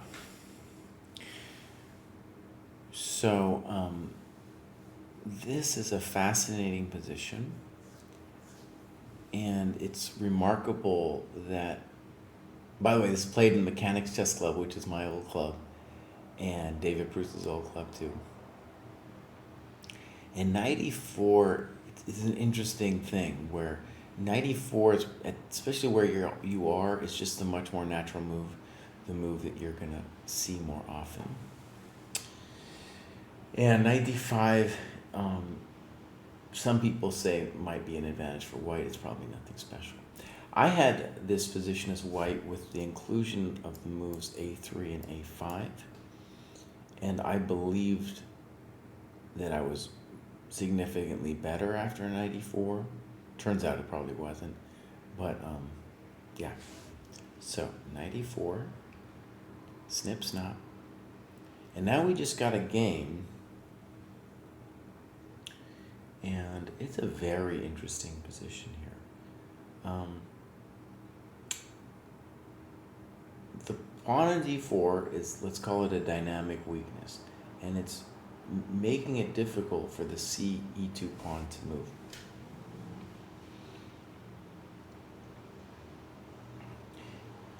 In terms of developing your openings, this is a great position to get a feel for, because you will get this again. We'll definitely get this position again. a lot of, yeah, as you said at the top, you're getting a lot of IQP positions. And it would be good for the analysis to just kind of play around and, without, you can ask the computer later, but just play around a little bit. Well, what are the natural moves for white? What are these people going to play against you? And so for me, definitely queen b3, maybe knight e1, knight d3. These are some of the things that come to mind. Queen d2. Now, here's an interesting thing. I don't know where your bishop belongs here. Okay? And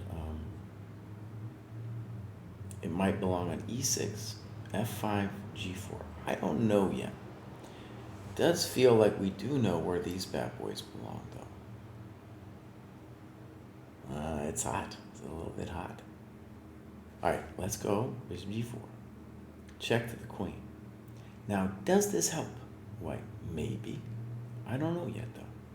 And we're going to say that isn't it. Your plan is great. He's talking about he wants to play rook e8.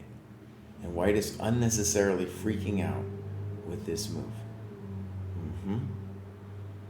Okay. Rook e8. Now, the reason this move, rook e8, is dangerous is it encourages white to give us a dark square complex with some kind of queen d3. And you write about h6. Now here's the kind of thinking I want you to avoid, where you write, I looked at this but assumed my opponent had already thought that through. Your opponent, boss, there's a lot of things they haven't thought through. There's a lot of life decisions that your opponent has not thought through. Right. So don't worry about that stuff. Okay, so h6 is definitely the more natural move. And by the way, when you write in this stuff like some correspondence game, no, I don't know if it helps us too much. I believe in your position here, by the way.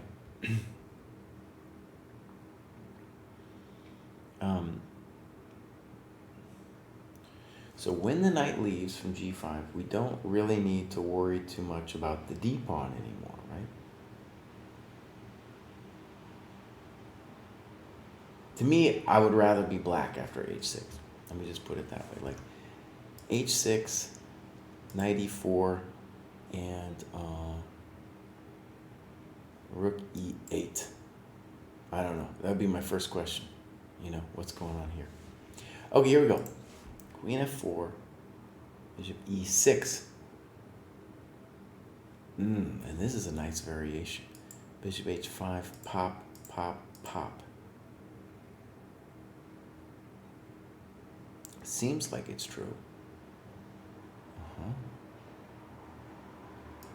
Now here's the bummer. If this is happening, then we're going to have to say that white is doing pretty good. Opponent spends 14 minutes now and plays bishop e4. Now, something we got to say, that if these clock times are true, that you've got 135 left, that's no good. That's no good, buddy. You need to slow it down. You need to slow that down, bud. And so it looks like 135.46. And maybe bishop e4 is bad, but you should tell us what they should do.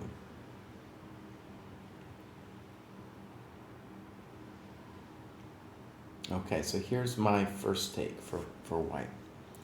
Is queen e4, forcing g6. Now h6 can't happen to us. Now we play queen h4, and now h5 is a thing. Right? And now we want to see if there's some, well, it's very difficult. Very difficult. The first move to look at would be bishop f3, intending both g4 and bishop takes h5. Right? And then, it's a variation question, But definitely this would be the position to analyze if I was white. So bishop e4. And then, right, he just completely cedes his initiative. And then retreats, right? Okay. In general, I like this move. in general, I like that move. Queen d6. Okay, let me just mention the other move that really comes to mind for you would be rook e5, intending queen e6. And then with that queen e6 idea, you have also the notion of not only popping that guy, but maybe doing the swing. Now, once you get central control like this with the IQP, you can very often turn it into a brutal attack onto your opponent's king.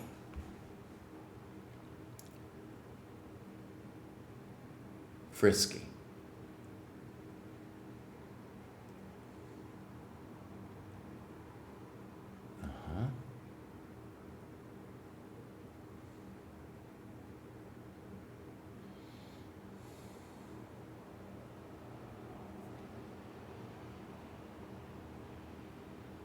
And now you go for it with queen g5.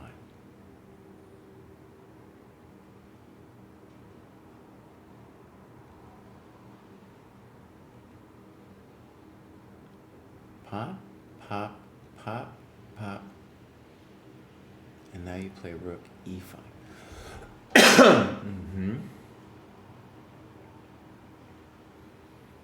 Let's call this the technical phase. Your opponent's in deep pressure, right? Time pressure.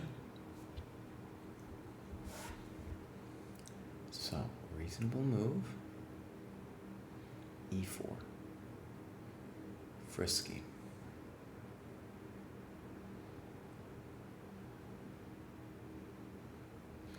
I would also want to look at queen d8, right? Because there's no rook c5.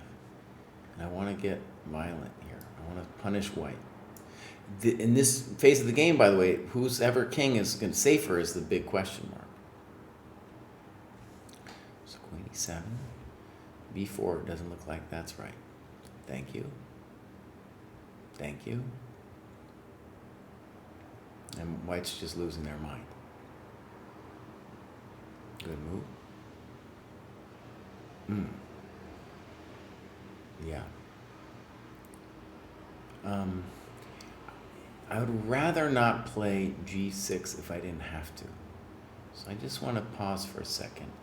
Do I really got to do that? Maybe I do.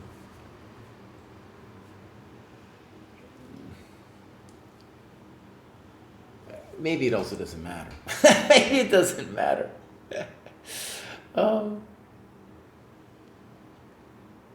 Yeah, I would have preferred, I think, rook e1, because king f2 is met by queen h4, and king g2 is met by this, and we know it's winning if I win this, if I trade queens and win that pawn. Well, maybe I'm talking too fast though, because king f2. Check the miserable king. We don't actually have a move. Jesse. Yeah, Jesse. All right, we're going to ratify your decision. And then he runs out of time. So, Hualong. Great game, dude. Great game.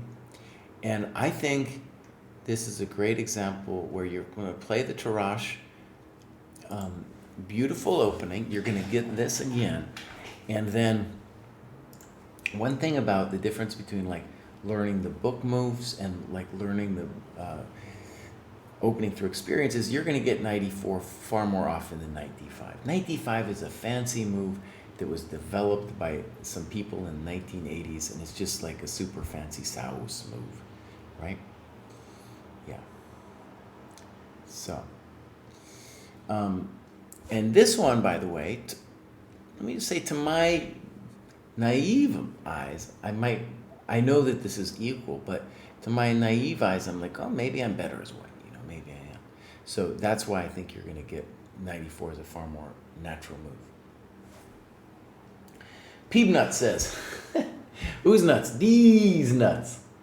Only rated 772, but I had 2 brilliant moves today. Okay, Peebnuts. Well done, buddy. So, boom. That was Hualong. Again, this is a recap or redo show because last week I was totally sick. Couldn't do it. So here we go.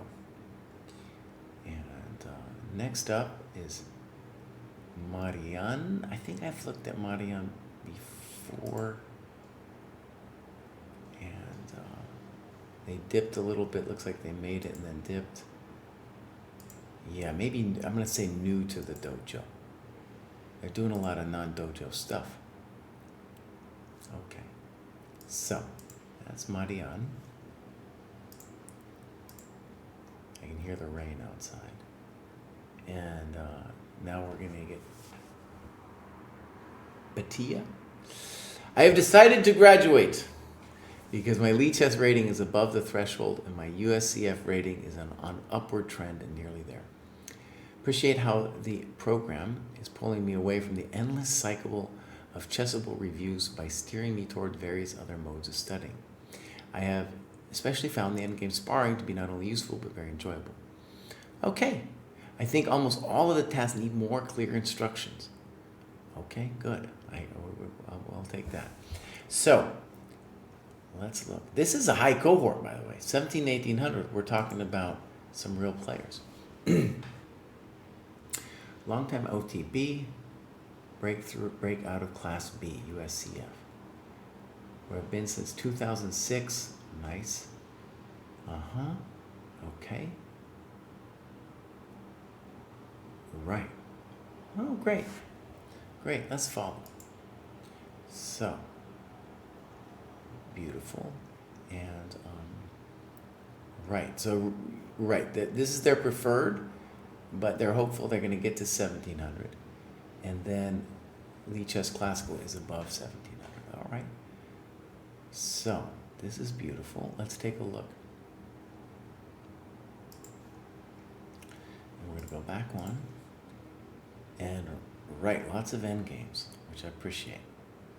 What do they do in non-dojo? Okay, good. Nothing wrong with that. All right, let's take a look at Batia's games. So, boom. Rated classical tournament.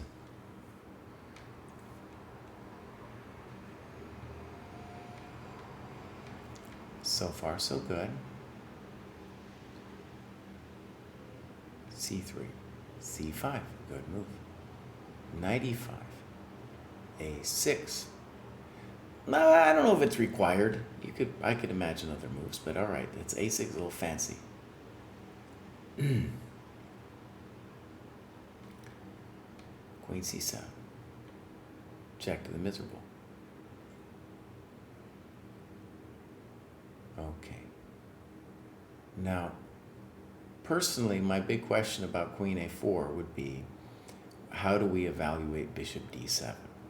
In general, I'd like to play Bishop D7 because that's my bad bishop. Yeah. So, Knight D7 is frisky because you're not developing your stuff. And apparently we're in like a theoretical variation here. Something that's surprising over the last several years is we now have players at this level, 16, 17, who are following deep theory, following deep theory in the Rubinstein. In the Rubinstein, Okay. So, castles, excuse me, wrong button. CD, Knight D7, Queen D4, Bishop C6. Black is happy to remember how to reach this position in such a tricky line. Good, yeah. Now Black plans to keep a close eye on the D8 square and try to develop heavy pieces in order to finish development.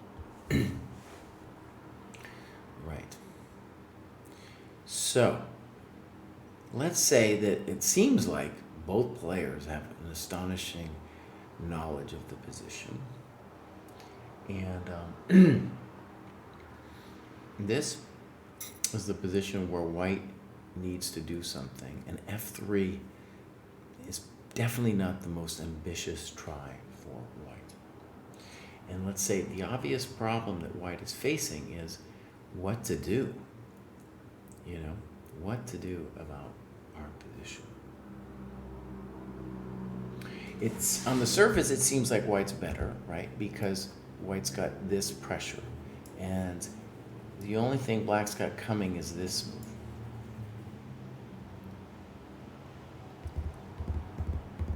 And apparently, Patia even knows about this and this, which of course, is a frisky move to play h5 because then you really aren't easily castling anytime soon.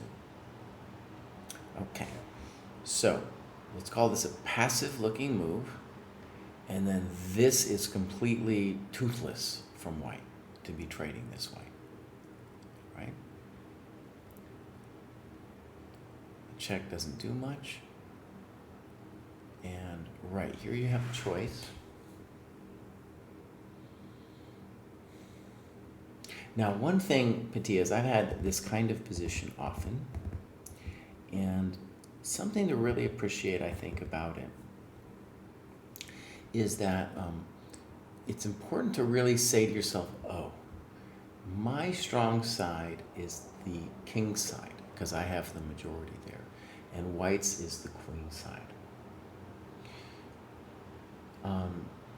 And so that's maybe the fundamental decision between whether we go to c8 or e8. When we go to e8, we're fundamentally saying, I think, that our rook is going to get active by barbaric means like h5. I think that's what we're saying. If we go c8, we're going to be a little bit more conventional. King e8. I like it personally. Bishop c4. I don't know where white should put the bishop. Good move.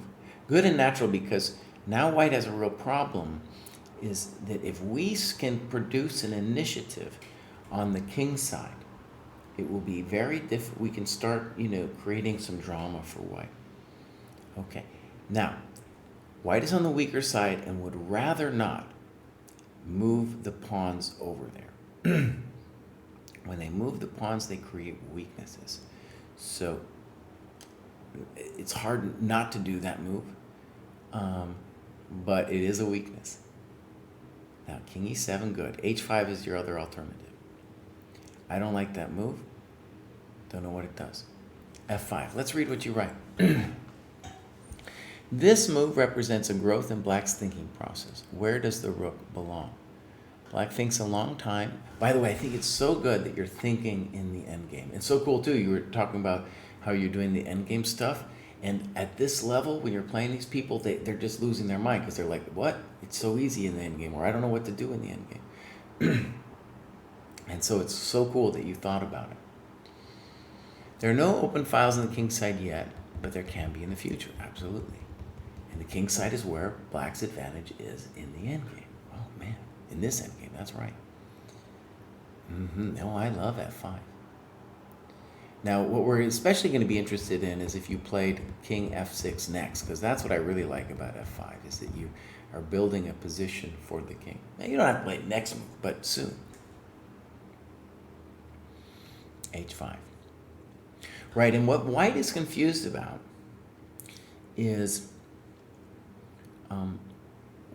what do I do? What do I do? And so it feels like they're doing something over there, but actually, maybe they're just creating weaknesses.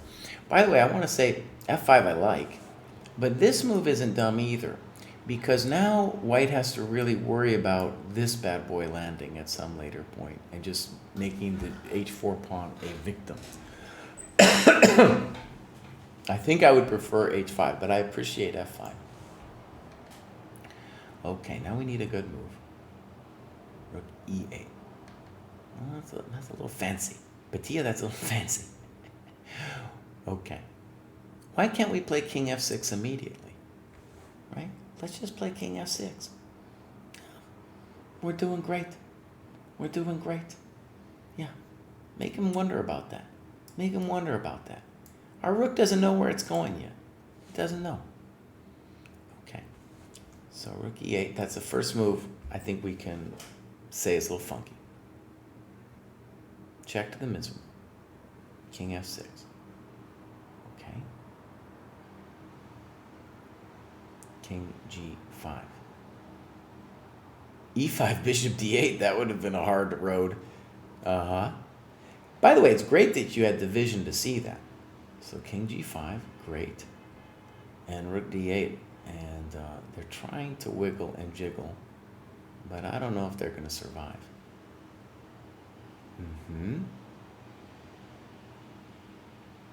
Okay. Oh, dude. Oh, Patia, this is great. By the way, I'm featuring this game right away. Boom. No, this is great.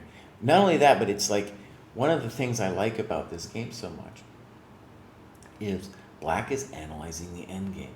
And it has been a real problem for dojoers that they have just been rushing their endgame analysis. So e5, beautiful. White has problems. Snip, I think bishop f7 might have been considered there.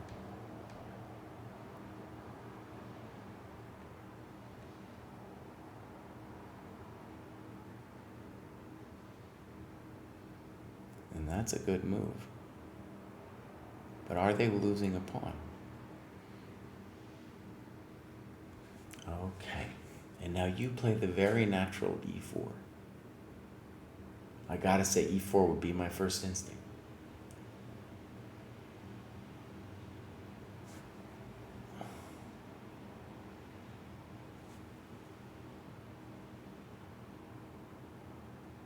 Wow, there's some fancy stuff that went down from white over here.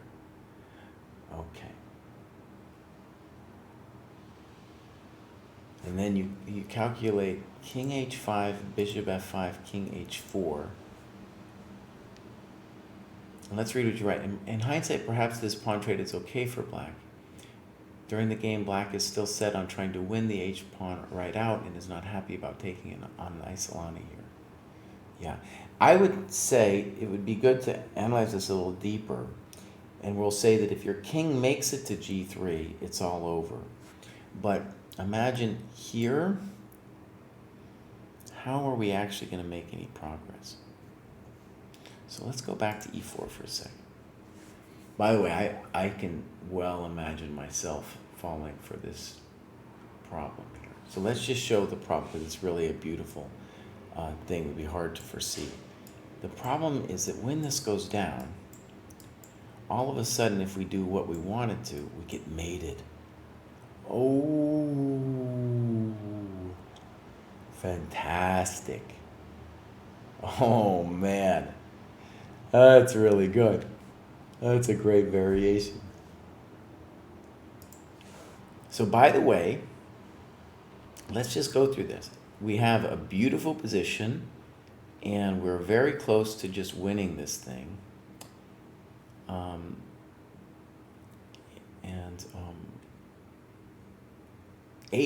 Remarkably, them forcing you to play h6 is a big deal, because later we would love to have that escape square for our king.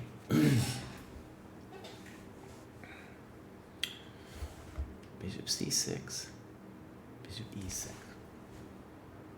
Now, bishop d8 is the threat.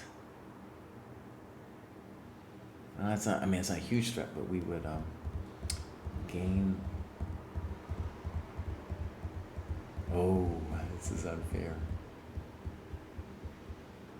Wait, I got a question though. Let's say I tap the bishop, right? And the bishop goes back. So we can put it another square later.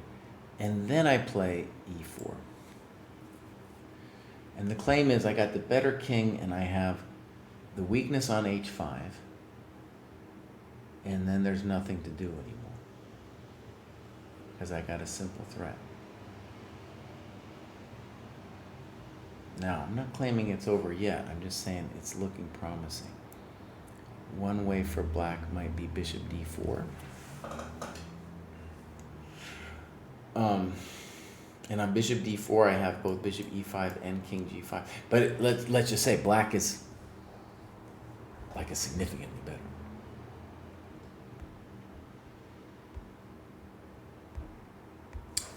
Potential variation could go bishop d4. Now we could analyze bishop e5, but also king g5. And now this is interesting, is maybe saving the day. Maybe. But it's a hard road. It's a hard road for Mr. White. For example, pop. And this is a hard business. Let's say this one. How on earth is this bishop going to get back? Because Harry the H-pawn's running. My friends, if you want to learn the endgame, follow Patia. She's working on it, you know? And this is how it's done. Let me say it again. We talked about this on the Endgame podcast. Yes, you can learn Dvoretsky, yada, yada. And it's not like it's unimportant, but far more important is to think about these kinds of positions. Think about your abstract advantages, which Patia did, right? Talked about the king side. She understood that. Amazing. And now she's ready to kill some souls. You know, she's ready to take some souls over here.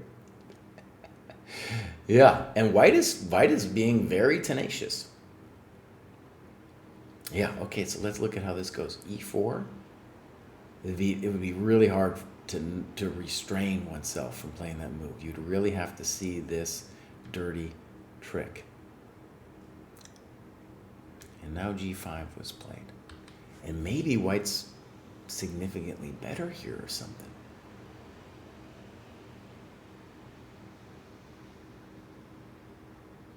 Okay, so let's look at how this happens. I'm worried for black after G5. I'm worried. The other move for us is maybe bishop G5.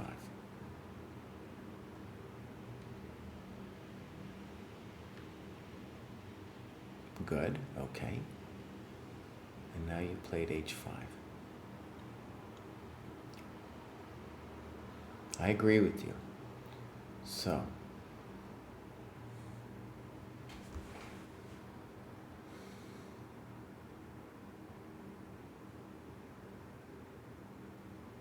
just looking at some other ideas. Bishop B5 is a thought.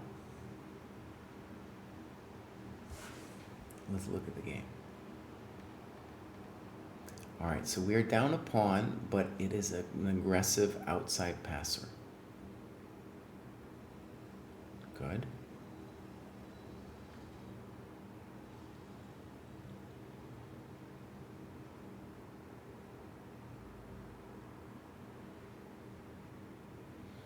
I think we should definitely analyze G3.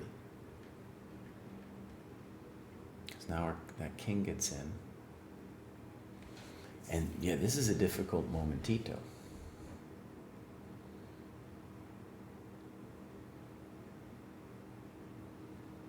Just looking at something.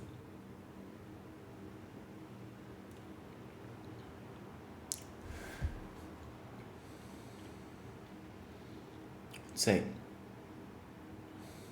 this is a rough position. Yeah.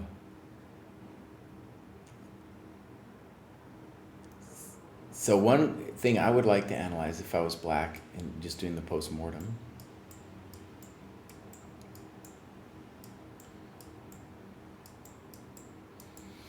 Is it lost? I would have to analyze it. Bishop B5. I don't really like B3.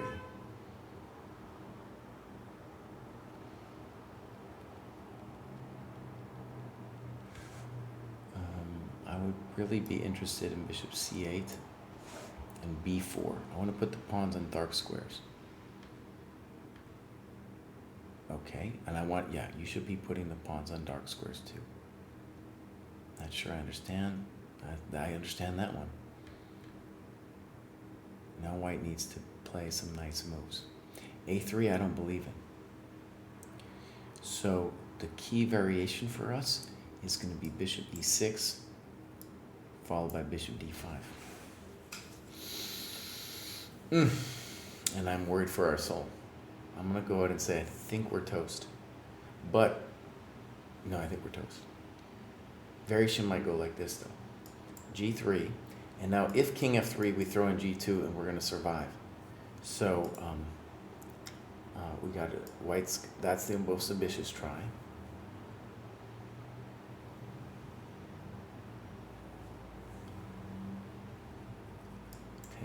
takes here.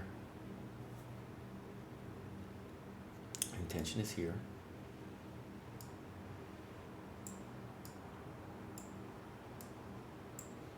And unfortunately, it comes with check.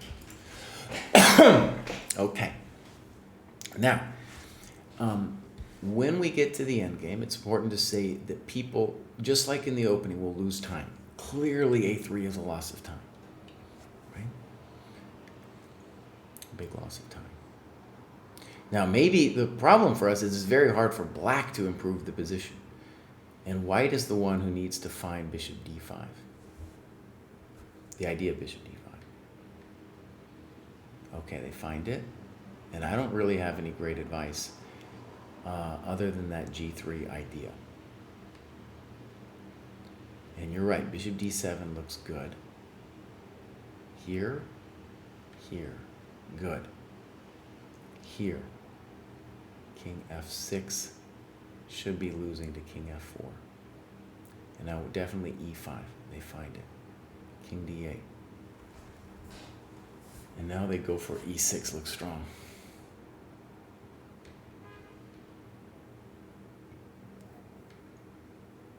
Okay, let's slow it down a second here.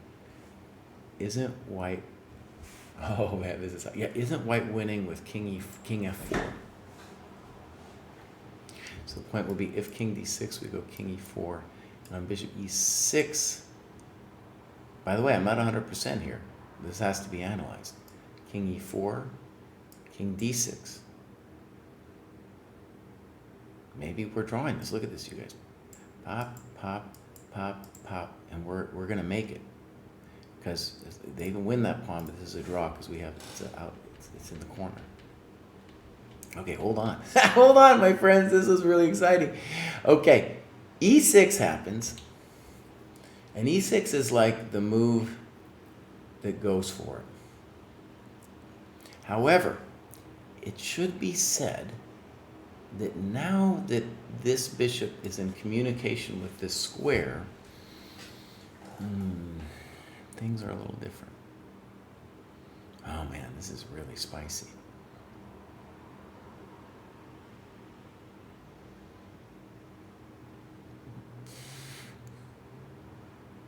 Okay, one thing for certain though, is it would have been more accurate to play king e7. Right? Yeah. Because this is away from the business. We're threatening bishop takes e6. Right? But maybe your way works here. King e7. And then it's kind of surprising. I don't wait a second. Yeah. c7. Oh my gosh. King d6. And now white needs a good move.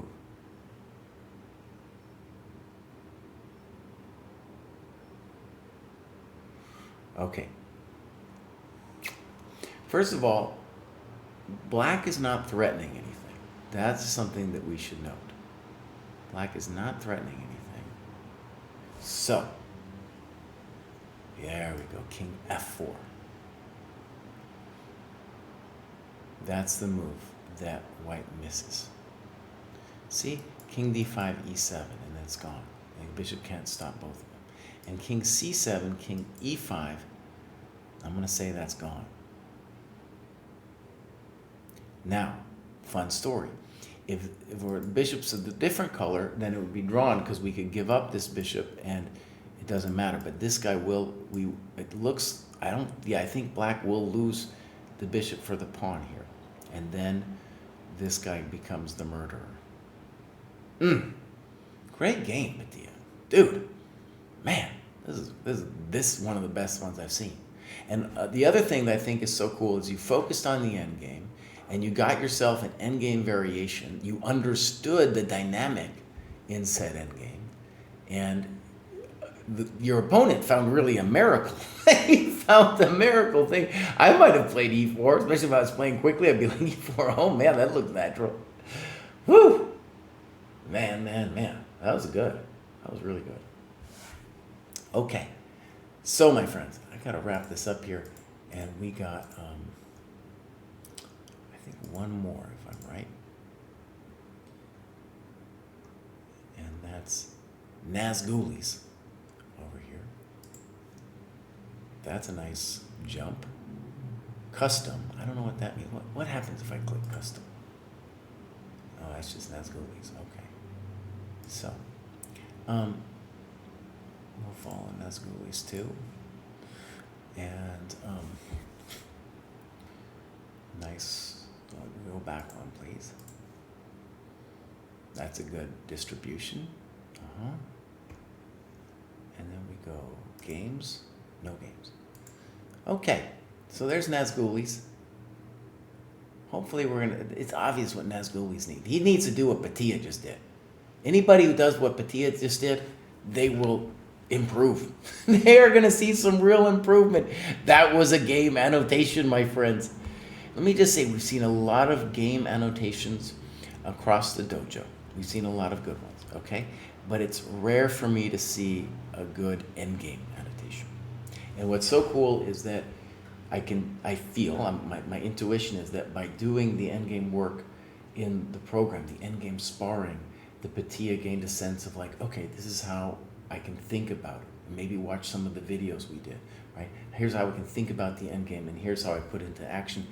And normally she's going to win that game, you know? Normally she's going to win it, and that was just the lucky thing that her opponent found. But also, one of the great things about endgames is we have really the element of what we could call endgame studies. And that was a study-like thing that her opponent found. Okay, so, man, oh man, that was a great session today, guys. All right, I'm going to end it there. We'll be back to our normal grad schedule next week. I feel like my throat is recovered for the most part. So, let's raid somebody. I never raid Botes, but let's go raid a Botes. Let's go raid Botes. So, if you haven't already seen, this is this beautiful site, Chess Dojo training program. It is the place to improve your chess. Lots of fun as well. And there it is. I'll see you soon. Hopefully, I have the kids this weekend, but hopefully I'll do some stream. Bye, everybody.